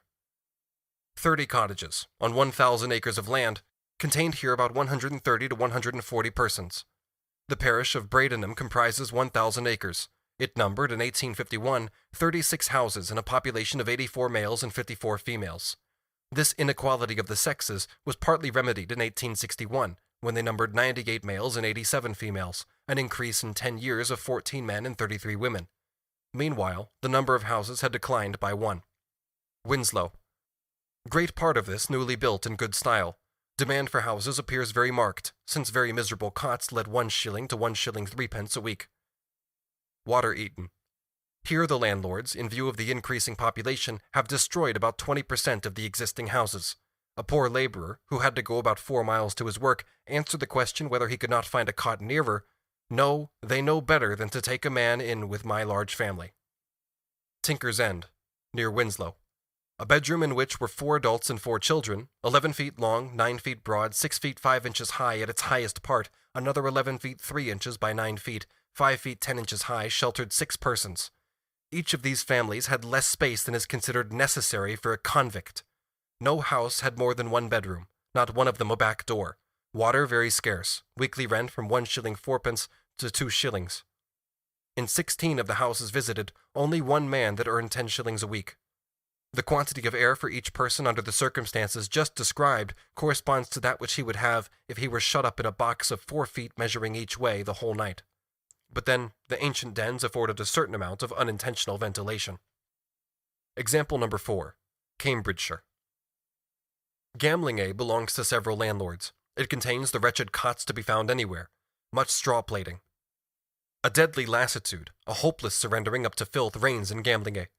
The neglect in its center becomes mortification at its extremities, north and south, where the houses are rotting to pieces. The absentee landlords bleed this poor rookery too freely. The rents are very high, 8 or 9 persons packed in 1 sleeping apartment, in 2 cases 6 adults, each with 1 or 2 children in 1 small bedroom. Example number 5. Essex. In this county, decline in the number of persons and of cottages goes hand in hand in many parishes. In not less than 22 parishes, however, the destruction of houses has not prevented increase of population, or has not brought about that expulsion which, under the name migration to towns, generally occurs. In Fingringo, a parish of 3,445 acres, there were 145 houses in 1851, and only 110 in 1861. But the people did not wish to go away, and managed even to increase under these circumstances. In 1851, 252 persons inhabited 61 houses, but in 1861, 262 persons were squeezed into 49 houses. In Basildon, in 1851, 157 persons lived on 1,827 acres in 35 houses. At the end of 10 years, 180 persons lived in 27 houses. In the parishes of Fingringo, South Farnbridge, Woodford, Basildon, and Ramsden Crags, in 1851, 1,392 persons were living on 8,449 acres and 316 houses. In 1861, on the same area, 1,473 persons in 249 houses. Example number 6. Herefordshire. This little county has suffered more from the eviction spirit than any other in England. At Madley, overcrowded cottages generally, with only 2 bedrooms, belonging for the most part to the farmers. They can let them very easily for £3 or £4 a year, and pay a weekly wage of 9 shillings. Example number 7. Huntingdonshire. Hartford had, in 1851, 87 houses. Shortly after this, 19 cottages were destroyed in this small parish of 1,720 acres. Population in 1831, 452. In 1851, 832, and in 1861, 341. 14 cottages, each with 1 bedroom, were visited. One of these rooms, in which 8 people slept, was 12 feet 10 inches long, 12 feet 2 inches broad, 6 feet 9 inches high. The average, without making any deductions for the projections into the apartment, comes to about 130 cubic feet per head. In the 14 sleeping rooms, 34 adults and 33 children. These cottages are seldom provided with gardens, but many of the inmates are able to farm small allotments at 10 shillings or 12 shillings per rood, 1/4 acre. These allotments are at a distance from the houses, which are without privies. The families must either go to the allotment to deposit their ordures, or, as happens in this place, if the reader will permit the reference, use a closet with a trowel set, like a drawer in a chest of drawers, and drawn out weekly and conveyed to the allotment to be emptied where its contents were wanted. In Japan, the cyclical movement of the conditions of human life proceeds more cleanly and more decently than this. Example number 8. Lincolnshire. Langtoft. A man lives here in Wright's house with his wife, her mother, and 5 children. The house has a front kitchen, scullery, bedroom over the front kitchen. Front kitchen and bedroom, 12 feet 2 inches by 9 feet 5 inches. The whole ground floor, 21 feet 2 inches by 9 feet 5 inches. The bedroom is a garret. The walls run together into the roof like a sugar loaf. A dormer window opening in front. Why did he live here? On account of the garden? No, it is very small. Rent? High, 1 shilling 3 pence a week. Near his work? No, 6 miles away, so that he walks daily to and fro 12 miles. He lived there because it was a tenantable cot, and because he wanted to have a cot for himself alone, anywhere, at any price, and in any conditions. The following are the statistics of 12 houses in Langtoft, with 12 bedrooms, 38 adults, and 36 children. The aforementioned graphic cannot be read aloud for the recording. Please consult a physical or digital copy of the book for visual reference. Example number 9. Kent. Kennington, very seriously overpopulated in 1859, when diphtheria appeared, and the parish doctor instituted a medical inquiry into the conditions of the poor classes. He found that in this locality, where much labor is employed, various cots had been destroyed and no new ones built. In one district, there stood 4 houses, named bird cages. Each had 4 rooms of the following dimensions in feet and inches. Kitchen, 9'5" by 8'11" by 6'6". Scullery, 8'6" by 4'6" by 6'6". Bedroom, 8'5" by 5'10" by 6'3". Bedroom, 8'3" by 8'4" by 6'3". Example number 10. Northamptonshire. Brinworth, Pickford, and Flor. In these villages in the winter, 20 to 30 men were lounging about the streets from lack of work. The farmers do not always till the corn and turnip land sufficiently, and the landlord has found it best to throw all his farms together into 2 or 3. Hence the shortage of employment. While on the one side of the wall, the land is crying out to be worked, on the other side, the defrauded laborers are casting longing glances at it. Feverishly overworked in the summer, and half-starved in the winter, it is no wonder if they say in their own local dialect, the parson and gentlefolk seem frit to death at them. At Flor there are cases, in one bedroom of the smallest size, of couples with 4, 5, and 6 children, 3 adults with 5 children, a couple with a grandfather and 6 children down with scarlet fever, etc. In 2 houses with 2 bedrooms, 2 families of 8 and 9 adults respectively. Example number 11. Wiltshire. Stratton. 31 houses visited, 8 with only 1 bedroom. Pen Hill in the same parish. A cot let at 1 shilling 3 pence a week with 4 adults and 4 children. Had nothing good about it except the walls, from floor of rough-hewn pieces of stones to the roof of worn-out thatch. Example number 12. Worcester. House destruction here not quite so excessive, yet from 1851 to 1861 the number of inhabitants to each house on the average had risen from 4.2 to 4.6. Badsey. Many cots and little gardens here. Some of the farmers declare that the cots are a great nuisance here because they bring the poor. In the view of one gentleman, quote, The poor are none the better for them. If you build 500, they will let fast enough. In fact, the more you build, the more they want." End quote. According to him, the houses give birth to the inhabitants, who then, by a law of nature, put pressure on the means of housing. Dr. Hunter remarks, quote, "Now these poor must come from somewhere, and as there is no particular attraction, such as doles at Badsey, it must be repulsion from some other unfit place which will send them here. If each could find an allotment near his work, he would not prefer Badsey, where he pays for his scrap of ground twice as much as the farmer pays for his." End quote. The continual emigration to the towns, the continual formation of a surplus population in the countryside through the concentration of farms, the conversion of arable land into pasture, the introduction of machinery, etc., are things which go hand in hand with the continual eviction of the agricultural population by the destruction of their cottages. The more empty the district of people, the greater is its relative surplus population, the greater their pressure on the means of employment, the greater is the absolute excess of the agricultural population over the means for housing it, and the greater, therefore, is the local surplus population in the villages and the pestilential herding together of human beings. The creation of dense knots of humanity in scattered little villages and small country towns corresponds to the forcible draining of men from the surface of the land. The continuous conversion of the agricultural laborers into a surplus population, in spite of their diminishing number and the increasing mass of their products, is the cradle of pauperism. The pauperism of the agricultural laborers is ultimately a motive for their eviction. It is also the chief source of their miserable housing, which breaks down their last power of resistance and makes them mere slaves of the landed proprietors and the farmers. Thus the minimum of wages becomes a law of nature for them. On the other hand, the land, in spite of its constant relative surplus population, is at the same time underpopulated. This is not only seen locally, at the points where the flow of men to towns, mines, railway constructions, etc. is most marked. It is to be seen everywhere, at harvest time as well as in spring and summer, on those numerous occasions when English agriculture, careful and intensive as it is, needs extra hands. There are always too many agricultural laborers for the ordinary needs of cultivation, and too few for exceptional and temporary requirements. Hence we find in the official documents contradictory complaints from the same places of a simultaneous deficiency and excess of labor. A temporary and local shortage of labor does not bring about a rise in wages, but rather forces the women and children into the fields, and constantly lowers the age at which exploitation begins. As soon as the exploitation of women and children takes place on a large scale, it becomes in turn a new means of making the male agricultural laborer redundant and keeping down his wage. The finest fruit of this vicious circle thrives in the east of England.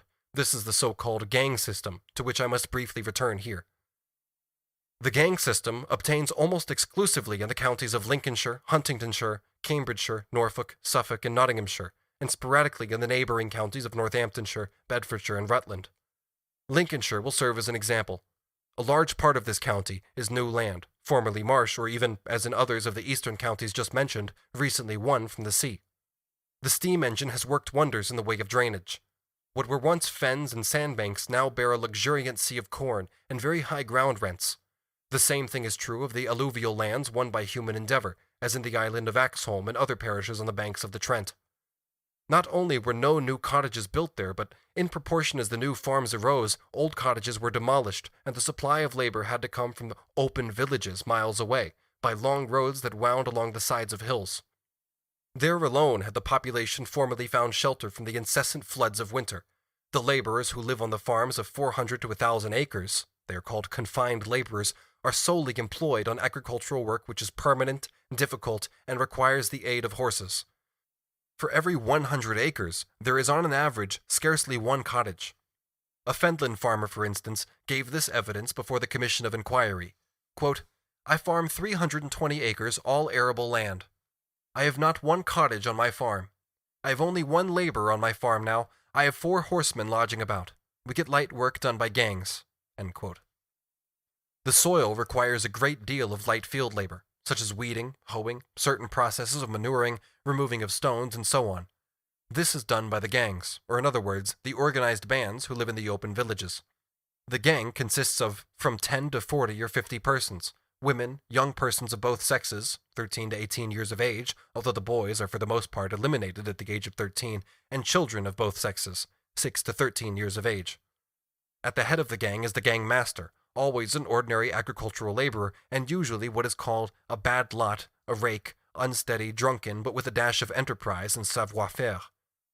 He's the recruiting sergeant for the gang. which works under him but not under the farmer. He generally negotiates with the latter over piecework, and his income, which on the average is not very much above that of an ordinary agricultural laborer, depends almost entirely on the dexterity with which he manages to extract the greatest possible amount of labor from his gang within the shortest time. The farmers have discovered that women only work steadily under the direction of men, but that women and children, once set going, spend their vital forces impetuously, as Fourier already knew in his time, whereas the adult male worker is shrewd enough to economize on his strength as much as he can.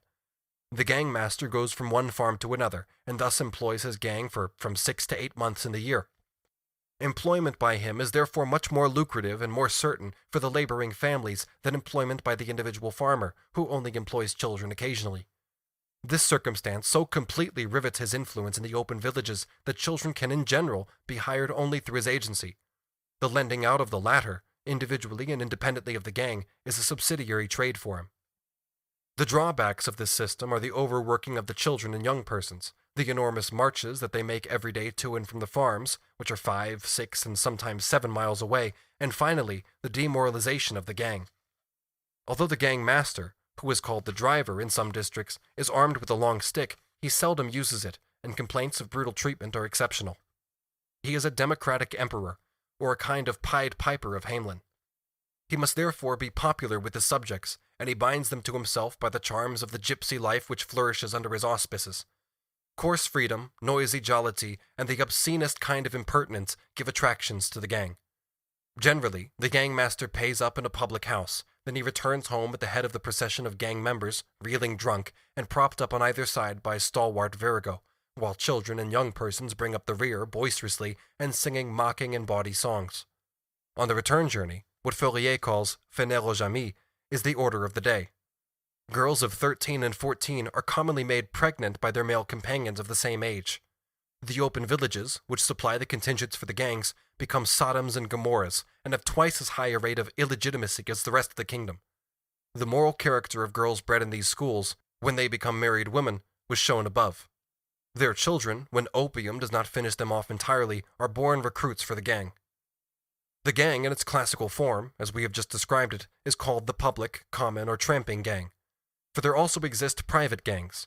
These are made up in the same way as the common gang, but count fewer numbers, and work not under a gang master, but under some old farm servant, whom the farmer does not know how to employ in any better way. The gypsy fun has vanished in this case, but, according to all the witnesses, the payment and treatment of the children is worse. The gang system, which has steadily expanded during the most recent years, clearly does not exist for the sake of the gang master. It exists for the enrichment of the large-scale farmers, and indirectly for the landowners. For the farmer, there is no more ingenious method of keeping his laborers well below the normal level, and yet of always having an extra hand ready for extra work, of extracting the greatest possible amount of labor with the least possible expenditure of money, and of making adult male labor redundant. From the foregoing exposition, it will be understood why, on the one hand, a greater or lesser lack of employment for the agricultural labor is admitted, while, on the other, the gang system is at the same time declared necessary on account of the shortage of adult male labor and its migration to the towns. The cleanly weeded land and the unclean human weeds of Lincolnshire are pole and counterpole of capitalist production. Subsection F. Ireland. In concluding this section, we must travel for a moment to Ireland. First, the main facts of the case. The population of Ireland had, by 1841, grown to 8.2 million. In 1851, it had dwindled to 6.6 million. In 1861, 5.8 million, and in 1866 to 5.5 million, approximately its level in 1801. The decrease in population began with the famine year of 1846, so that Ireland has lost more than 5/16 of its people in less than 20 years. Total emigration from May of 1851 to July of 1865 numbered 1.6 million. During the years between 1861 and 1865, the immigration was more than 500,000. The number of inhabited houses fell, from 1851 to 1861, by 52,990. From 1851 to 1861, the number of holdings of from 15 to 30 acres increased by 61,000, that of holdings of over 30 acres by 109,000, while the total number of all farms fell by 120,000. This fall was therefore solely due to the suppression of farms of less than 15 acres. In other words, it was due to their centralization. The decrease of population was naturally accompanied by a decrease in mass of products. For our purposes, it is sufficient to consider the 5 years from 1861 to 1865, years during which over 500,000 emigrated, and the absolute number of people sank by more than 1/3 of a million. The graphic immediately following this text cannot be read aloud for the recording. Please consult a physical or digital copy of the book for visual reference. The following results emerge from the above table. An absolute decrease of 72,358 in the number of horses, an absolute decrease of 116,626 in the number of cattle, and an absolute increase of 146,608 in the number of sheep, and an absolute increase of 28,819 in the number of pigs. Let us now turn to the produce of agriculture proper, which provides the means of subsistence for cattle and for men. In the following table, we have computed the decrease or increase for each separate year, as compared with its immediate predecessor. The cereal crops include wheat, oats, barley, rye, beans, and peas. The green crops, potatoes, turnips, mangolds, beetroot, cabbages, carrots, parsnips, vetches, etc. In the year 1865, 127,470 additional acres came under the heading grassland, chiefly because the area under the heading of unoccupied bog and waste decreased by 101,543 acres. If we compare 1865 with 1864, there is a decrease in cereals of 246,667 quarters, of which 48,999 were wheat, 160,605 oats, 29,892 barley, and so on. The decrease in potatoes was 446,398 tons, although the area of their cultivation increased in 1865. From the movement of the population and of agricultural production in Ireland, we pass to the movement of the incomes of its landlords, larger farmers, and industrial capitalists. This movement is reflected in the rise and fall of the income tax. It may be recalled that Schedule D, profits with the exception of those farmers, also includes so-called professional profits, i.e. the incomes of lawyers, doctors, etc., and Schedules C and E, in which no details are given, include the incomes of civil servants, officers, state sinecurists, creditors of the state, etc. Under Schedule D, the average annual increase of income from 1853 to 1864 was only 0.93% in Ireland, whereas in the same period in Great Britain it was 4.58%. Table E shows the distribution of the profits, with the exception of those of the farmers, for the years 1864 and 1865. The aforementioned sets of graphics cannot be read aloud for the recording. Please consult a physical or digital copy of the book for a visual reference. England, a preeminently industrial country with a fully developed capitalist production, would have bled to death under such a population drain as Ireland has suffered. But Ireland is at present merely an agricultural district of England, which happens to be divided by a wide stretch of water from the country for which it provides corn, wool, cattle, and industrial and military recruits. The depopulation of Ireland has thrown much of the land out of cultivation, greatly diminished the produce of the soil, and in spite of the greater area devoted to cattle breeding, brought about an absolute decline in some of its branches, and in others an advance scarcely worth mentioning, and constantly interrupted by retrogressions. Nevertheless, the rents of the land and the profits of the farmers increased along with the fall in the population, though not so steadily as the latter. The reason for this will easily be understood.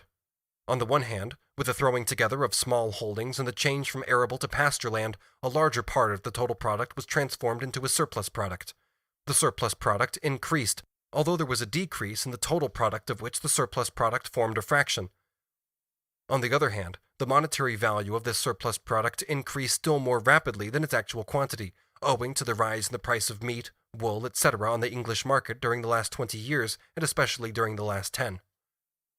The scattered means of production that serve the producers themselves as means of employment and subsistence, without valorizing themselves through the incorporation of the labor of others, are no more capital than a product consumed by its producer as a commodity. If the mass of the means of production employed in agriculture diminished along with the mass of population, the mass of the capital employed in agriculture increased because a part of the means of production that were formerly scattered was turned into capital. The total capital of Ireland outside agriculture, employed in industry and trade, accumulated only slowly during the last 2 decades, and with great and constantly recurring fluctuations. So much the more rapidly did the concentration of its individual constituents develop. And however small its absolute increase, its relative growth, in proportion to the diminishing population, was tremendous. Here then, under our own eyes, and on a large scale, there emerges a process which perfectly corresponds to the requirements of orthodox economics for the confirmation of its dogma, the dogma that misery springs from an absolute surplus of population and that equilibrium is re-established by depopulation. This is a far more important experiment than the mid-14th century plague so celebrated by the Malthusians. Let us remark in passing, if it required the naivete of a schoolmaster to apply the standard of the 14th century to the relations of production prevailing in the 19th century and the corresponding relations of the population, the error was compounded by overlooking the difference between its consequences in England and in France. On this side of the Channel, the plague and the decimation that accompanied it was followed by the enfranchisement and enrichment of the agricultural population, whereas, on the other side, in France, it was followed by a greater degree of enslavement and an increase in misery. The Irish famine of 1846 killed more than 1 million people, but it killed poor devils only. It did not do the slightest damage to the wealth of the country. The exodus of the next 20 years, an exodus which still continues to increase, did not, as for instance the 30 Years' War did, decimate the means of production along with the human beings. The Irish genius discovered an altogether new way of spiriting a poor people thousands of miles away from the scene of its misery. The exiles transplanted to the United States send sums of money home every year as traveling expenses for those left behind. Every troop that emigrates 1 year draws another after it the next.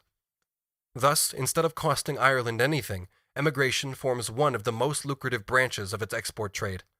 Finally, it is a systematic process which does not simply make a passing gap in the population, but sucks out of it every year more people than are replaced by births, so that the absolute level of the population falls year by year. What were the consequences for the Irish laborers left behind and freed from the surplus population? These. The relative surplus population is as great today as it was before 1846. Wages are just as low, the oppression of the laborers has increased, misery is forcing the country towards a new crisis. The reasons are simple. The revolution in agriculture has kept pace with emigration. The production of a relative surplus population has more than kept pace with the absolute depopulation. A glance at Table B will show that the change from arable to pasture land must work still more acutely in Ireland than in England. In England, the cultivation of green crops increases with the breeding of cattle. In Ireland, it decreases. While the large number of acres that were formerly tilled lie idle or are turned permanently into grassland, a great part of the wasteland and peat bogs that were formerly unused becomes of service for the extension of cattle breeding. The smaller and the medium farmers, I reckon among these all who do not cultivate more than 100 acres, still make up about 8/10 of the whole number. They are, one after the other, and with a degree of force unknown before, crushed by the competition of an agriculture managed by capital, and thus they continually furnish new recruits to the class of wage laborers. The one great industry of Ireland, the manufacture of linen, requires relatively few adult men, and only employs altogether, in spite of its expansion since the price of cotton increased in the years from 1861 to 1866, a comparatively insignificant portion of the population. Like all other large-scale industries, it constantly produces, owing to its incessant fluctuations, a relative surplus population within its own sphere, despite the absolute increase in the mass of human beings absorbed by it.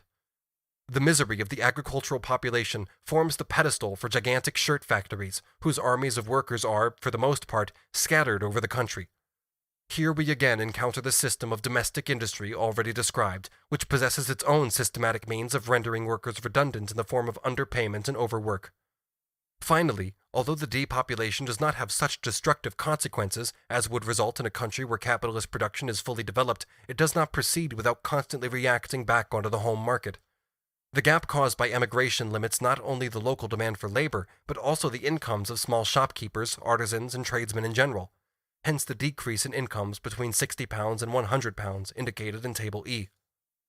A clear presentation of the condition of agricultural labourers in Ireland is to be found in the Reports of the Irish Poor Law Inspectors, 1870. As officials of a government which is maintained only by bayonets and by a state of siege sometimes open and sometimes disguised, they have to observe all the linguistic precautions their English colleagues disdain. In spite of this, however, they do not let their government cradle itself in illusions. According to them, the rate of wages in the country, still very low, has risen by 50 to 60% within the last 20 years, and stands now at an average of 6 shillings to 9 shillings a week. But this apparent rise hides an actual fall in wages, for it by no means cancels out the rise in the price of the necessary means of subsistence that has taken place in the meantime. The proof is the above extract from the official accounts of an Irish workhouse.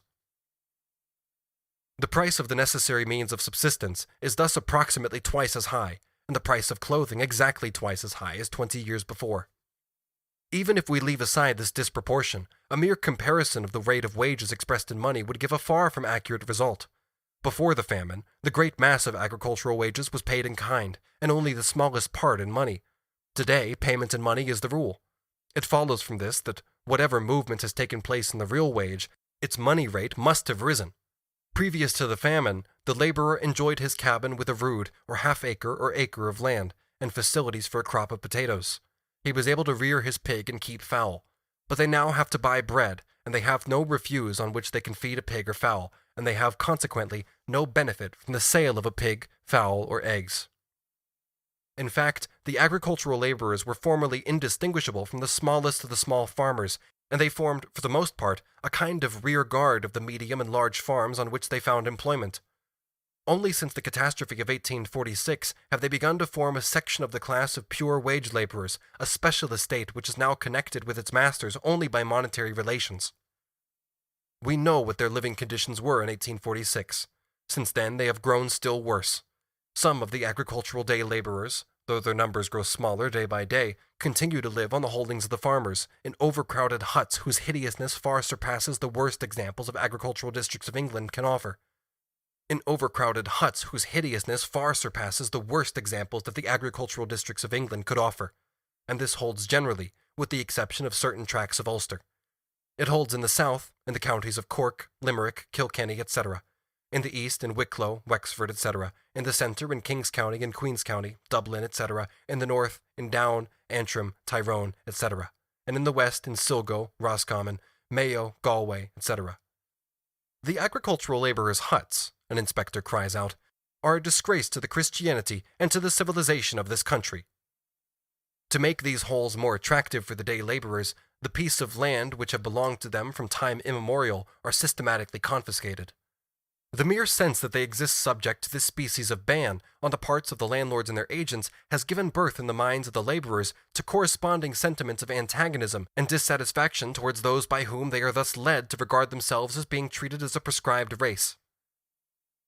The first act of the agricultural revolution was to sweep away the huts situated at the place of work. This was done on the largest scale, and as if in obedience to a command from on high. Thus many laborers were compelled to seek shelter in villages and towns. There they were thrown like refuse into garrets, holes, cellars, and corners in the worst slum districts.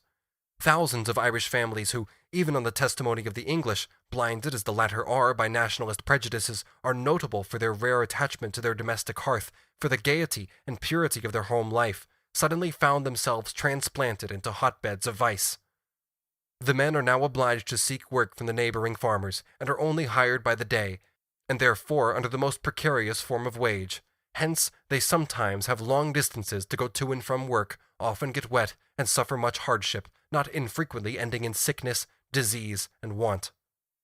The towns have had to receive from year to year what was deemed to be the surplus labor of the rural division.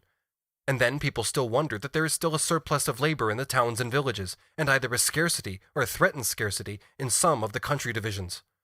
The truth is that this scarcity only becomes perceptible in harvest time, or during spring, or at such times as agricultural operations are carried on with activity. At other periods of the year, many hands are idle.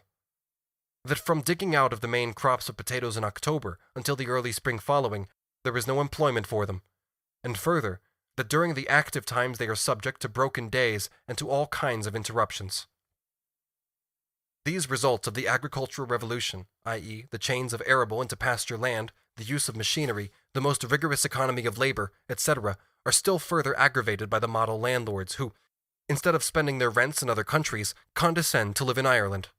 In order that the law of supply and demand may not be infringed, these gentlemen draw their labor supply chiefly from their small tenants, who are obliged to attend when required to do the landlord's work at rates of wages in many instances considerably under the current rates paid to ordinary laborers, and without regard to the inconvenience or loss to the tenant of being obliged to neglect his own business at critical periods of sowing or reaping.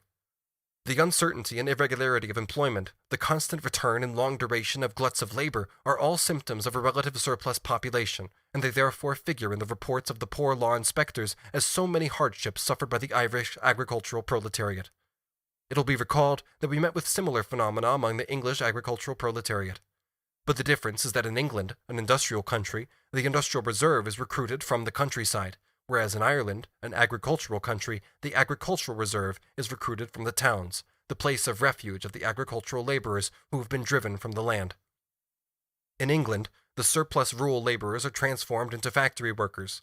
In Ireland, those forced into the towns remain agricultural laborers even while they exert a downward pressure on urban wages and are constantly sent back to the countryside in search of work. The official inspectors sum up the material condition of the agricultural laborer as follows.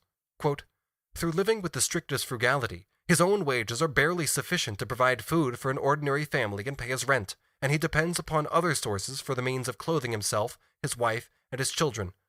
The atmosphere of these cabins, combined with the other privations they are subjected to, has made this class particularly susceptible to typhus and consumption." End quote.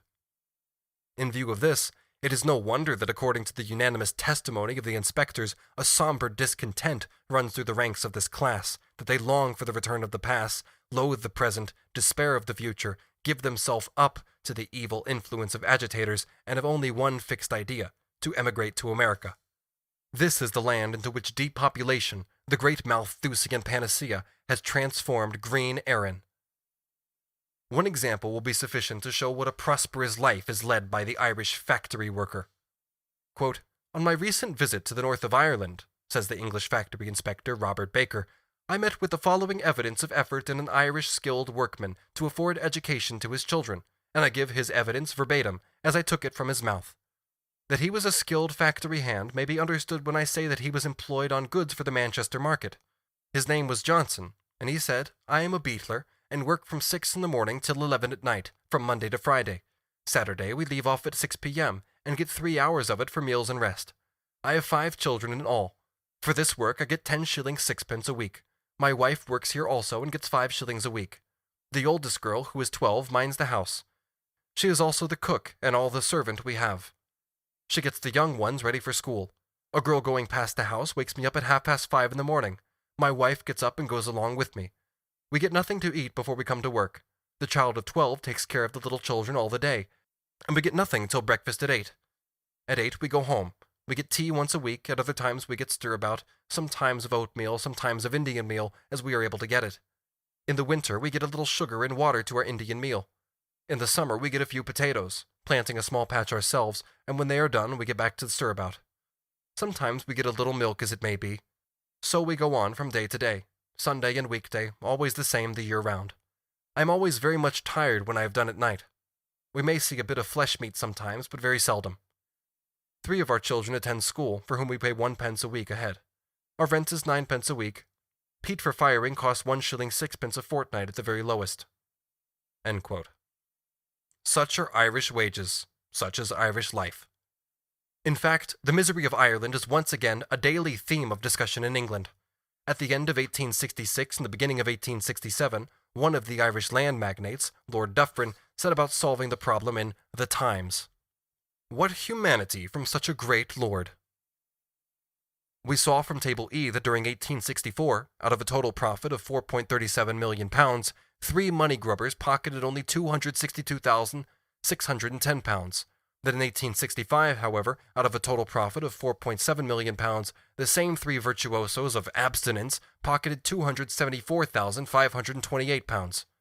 And in 1864, 26 money grubbers took £646,377. In 1865, 28 money grubbers took £736,448. In 1864, 121 money grubbers took £1.06 million. In 1865, 186 money grubbers took £1.3 million. In 1864, 1,131 money grubbers took £2.2 million, nearly half of the total annual profit.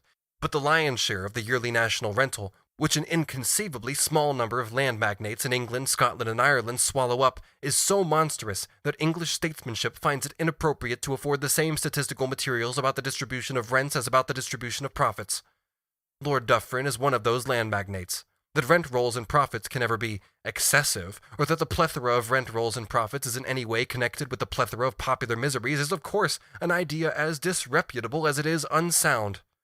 Dufferin keeps to the facts. The fact is that as the Irish population diminishes, the Irish rent rolls swell. The depopulation benefits the landlords, thus also benefits the soil and therefore the people, that mere accessory of the soil. He declares, therefore, that Ireland is still overpopulated, and the stream of emigration still flows too sluggishly. To be perfectly happy, Ireland must get rid of at least 1/3 of a million working men. Let no one imagine that this lord, who is also a poet, is a physician of the school of Sangrado, who, if he failed to find an improvement in the condition of his patient, ordered bloodletting after bloodletting until the patient lost his sickness when he had lost his blood. Lord Dufferin demands a new bloodletting of 1/3 of a million only, instead of about 2 millions, but in fact, unless these 2 millions are got rid of, the millennium cannot come to pass in Erin. The proof is easily given. Centralization has, from 1851 to 1861, mainly destroyed farms of the first 3 categories, under 1 and not over 15 acres. This gives 307,058 surplus farmers and, reckoning a low average of 4 persons per family, 1.2 million persons. On the extravagant assumption that a quarter of these can again be absorbed after the completion of the agricultural revolution, there remain for the emigration 921,174 persons. Categories 4, 5, and 6, including farms of between 15 and 100 acres, are, as long as have been known in England, too small for the capitalist cultivation of corn, and almost infinitesimal from the point of view of sheep breeding. On the same assumptions as before, therefore, there are further 788,761 persons to emigrate, grand total 1.7 million. And as appetite grows with eating, rent rolls eyes will soon discover that Ireland, with 3.5 millions, still continues to be miserable because she is overpopulated. Therefore, her depopulation must go still further in order that she may fulfill her true destiny, to be an English sheep-walk and cattle pasture. Like all good things in the world, this profitable mode of proceeding has its drawbacks. The accumulation of the Irish in America keeps pace with the accumulation of rents in Ireland. The Irishman, banished by sheep and ox, reappears on the other side of the ocean as a Fenian. And there, a young but gigantic republic rises, more and more threateningly, to face the old queen of the waves. A cruel fate torments the Romans, and the crime of fratricide. End of Part 7.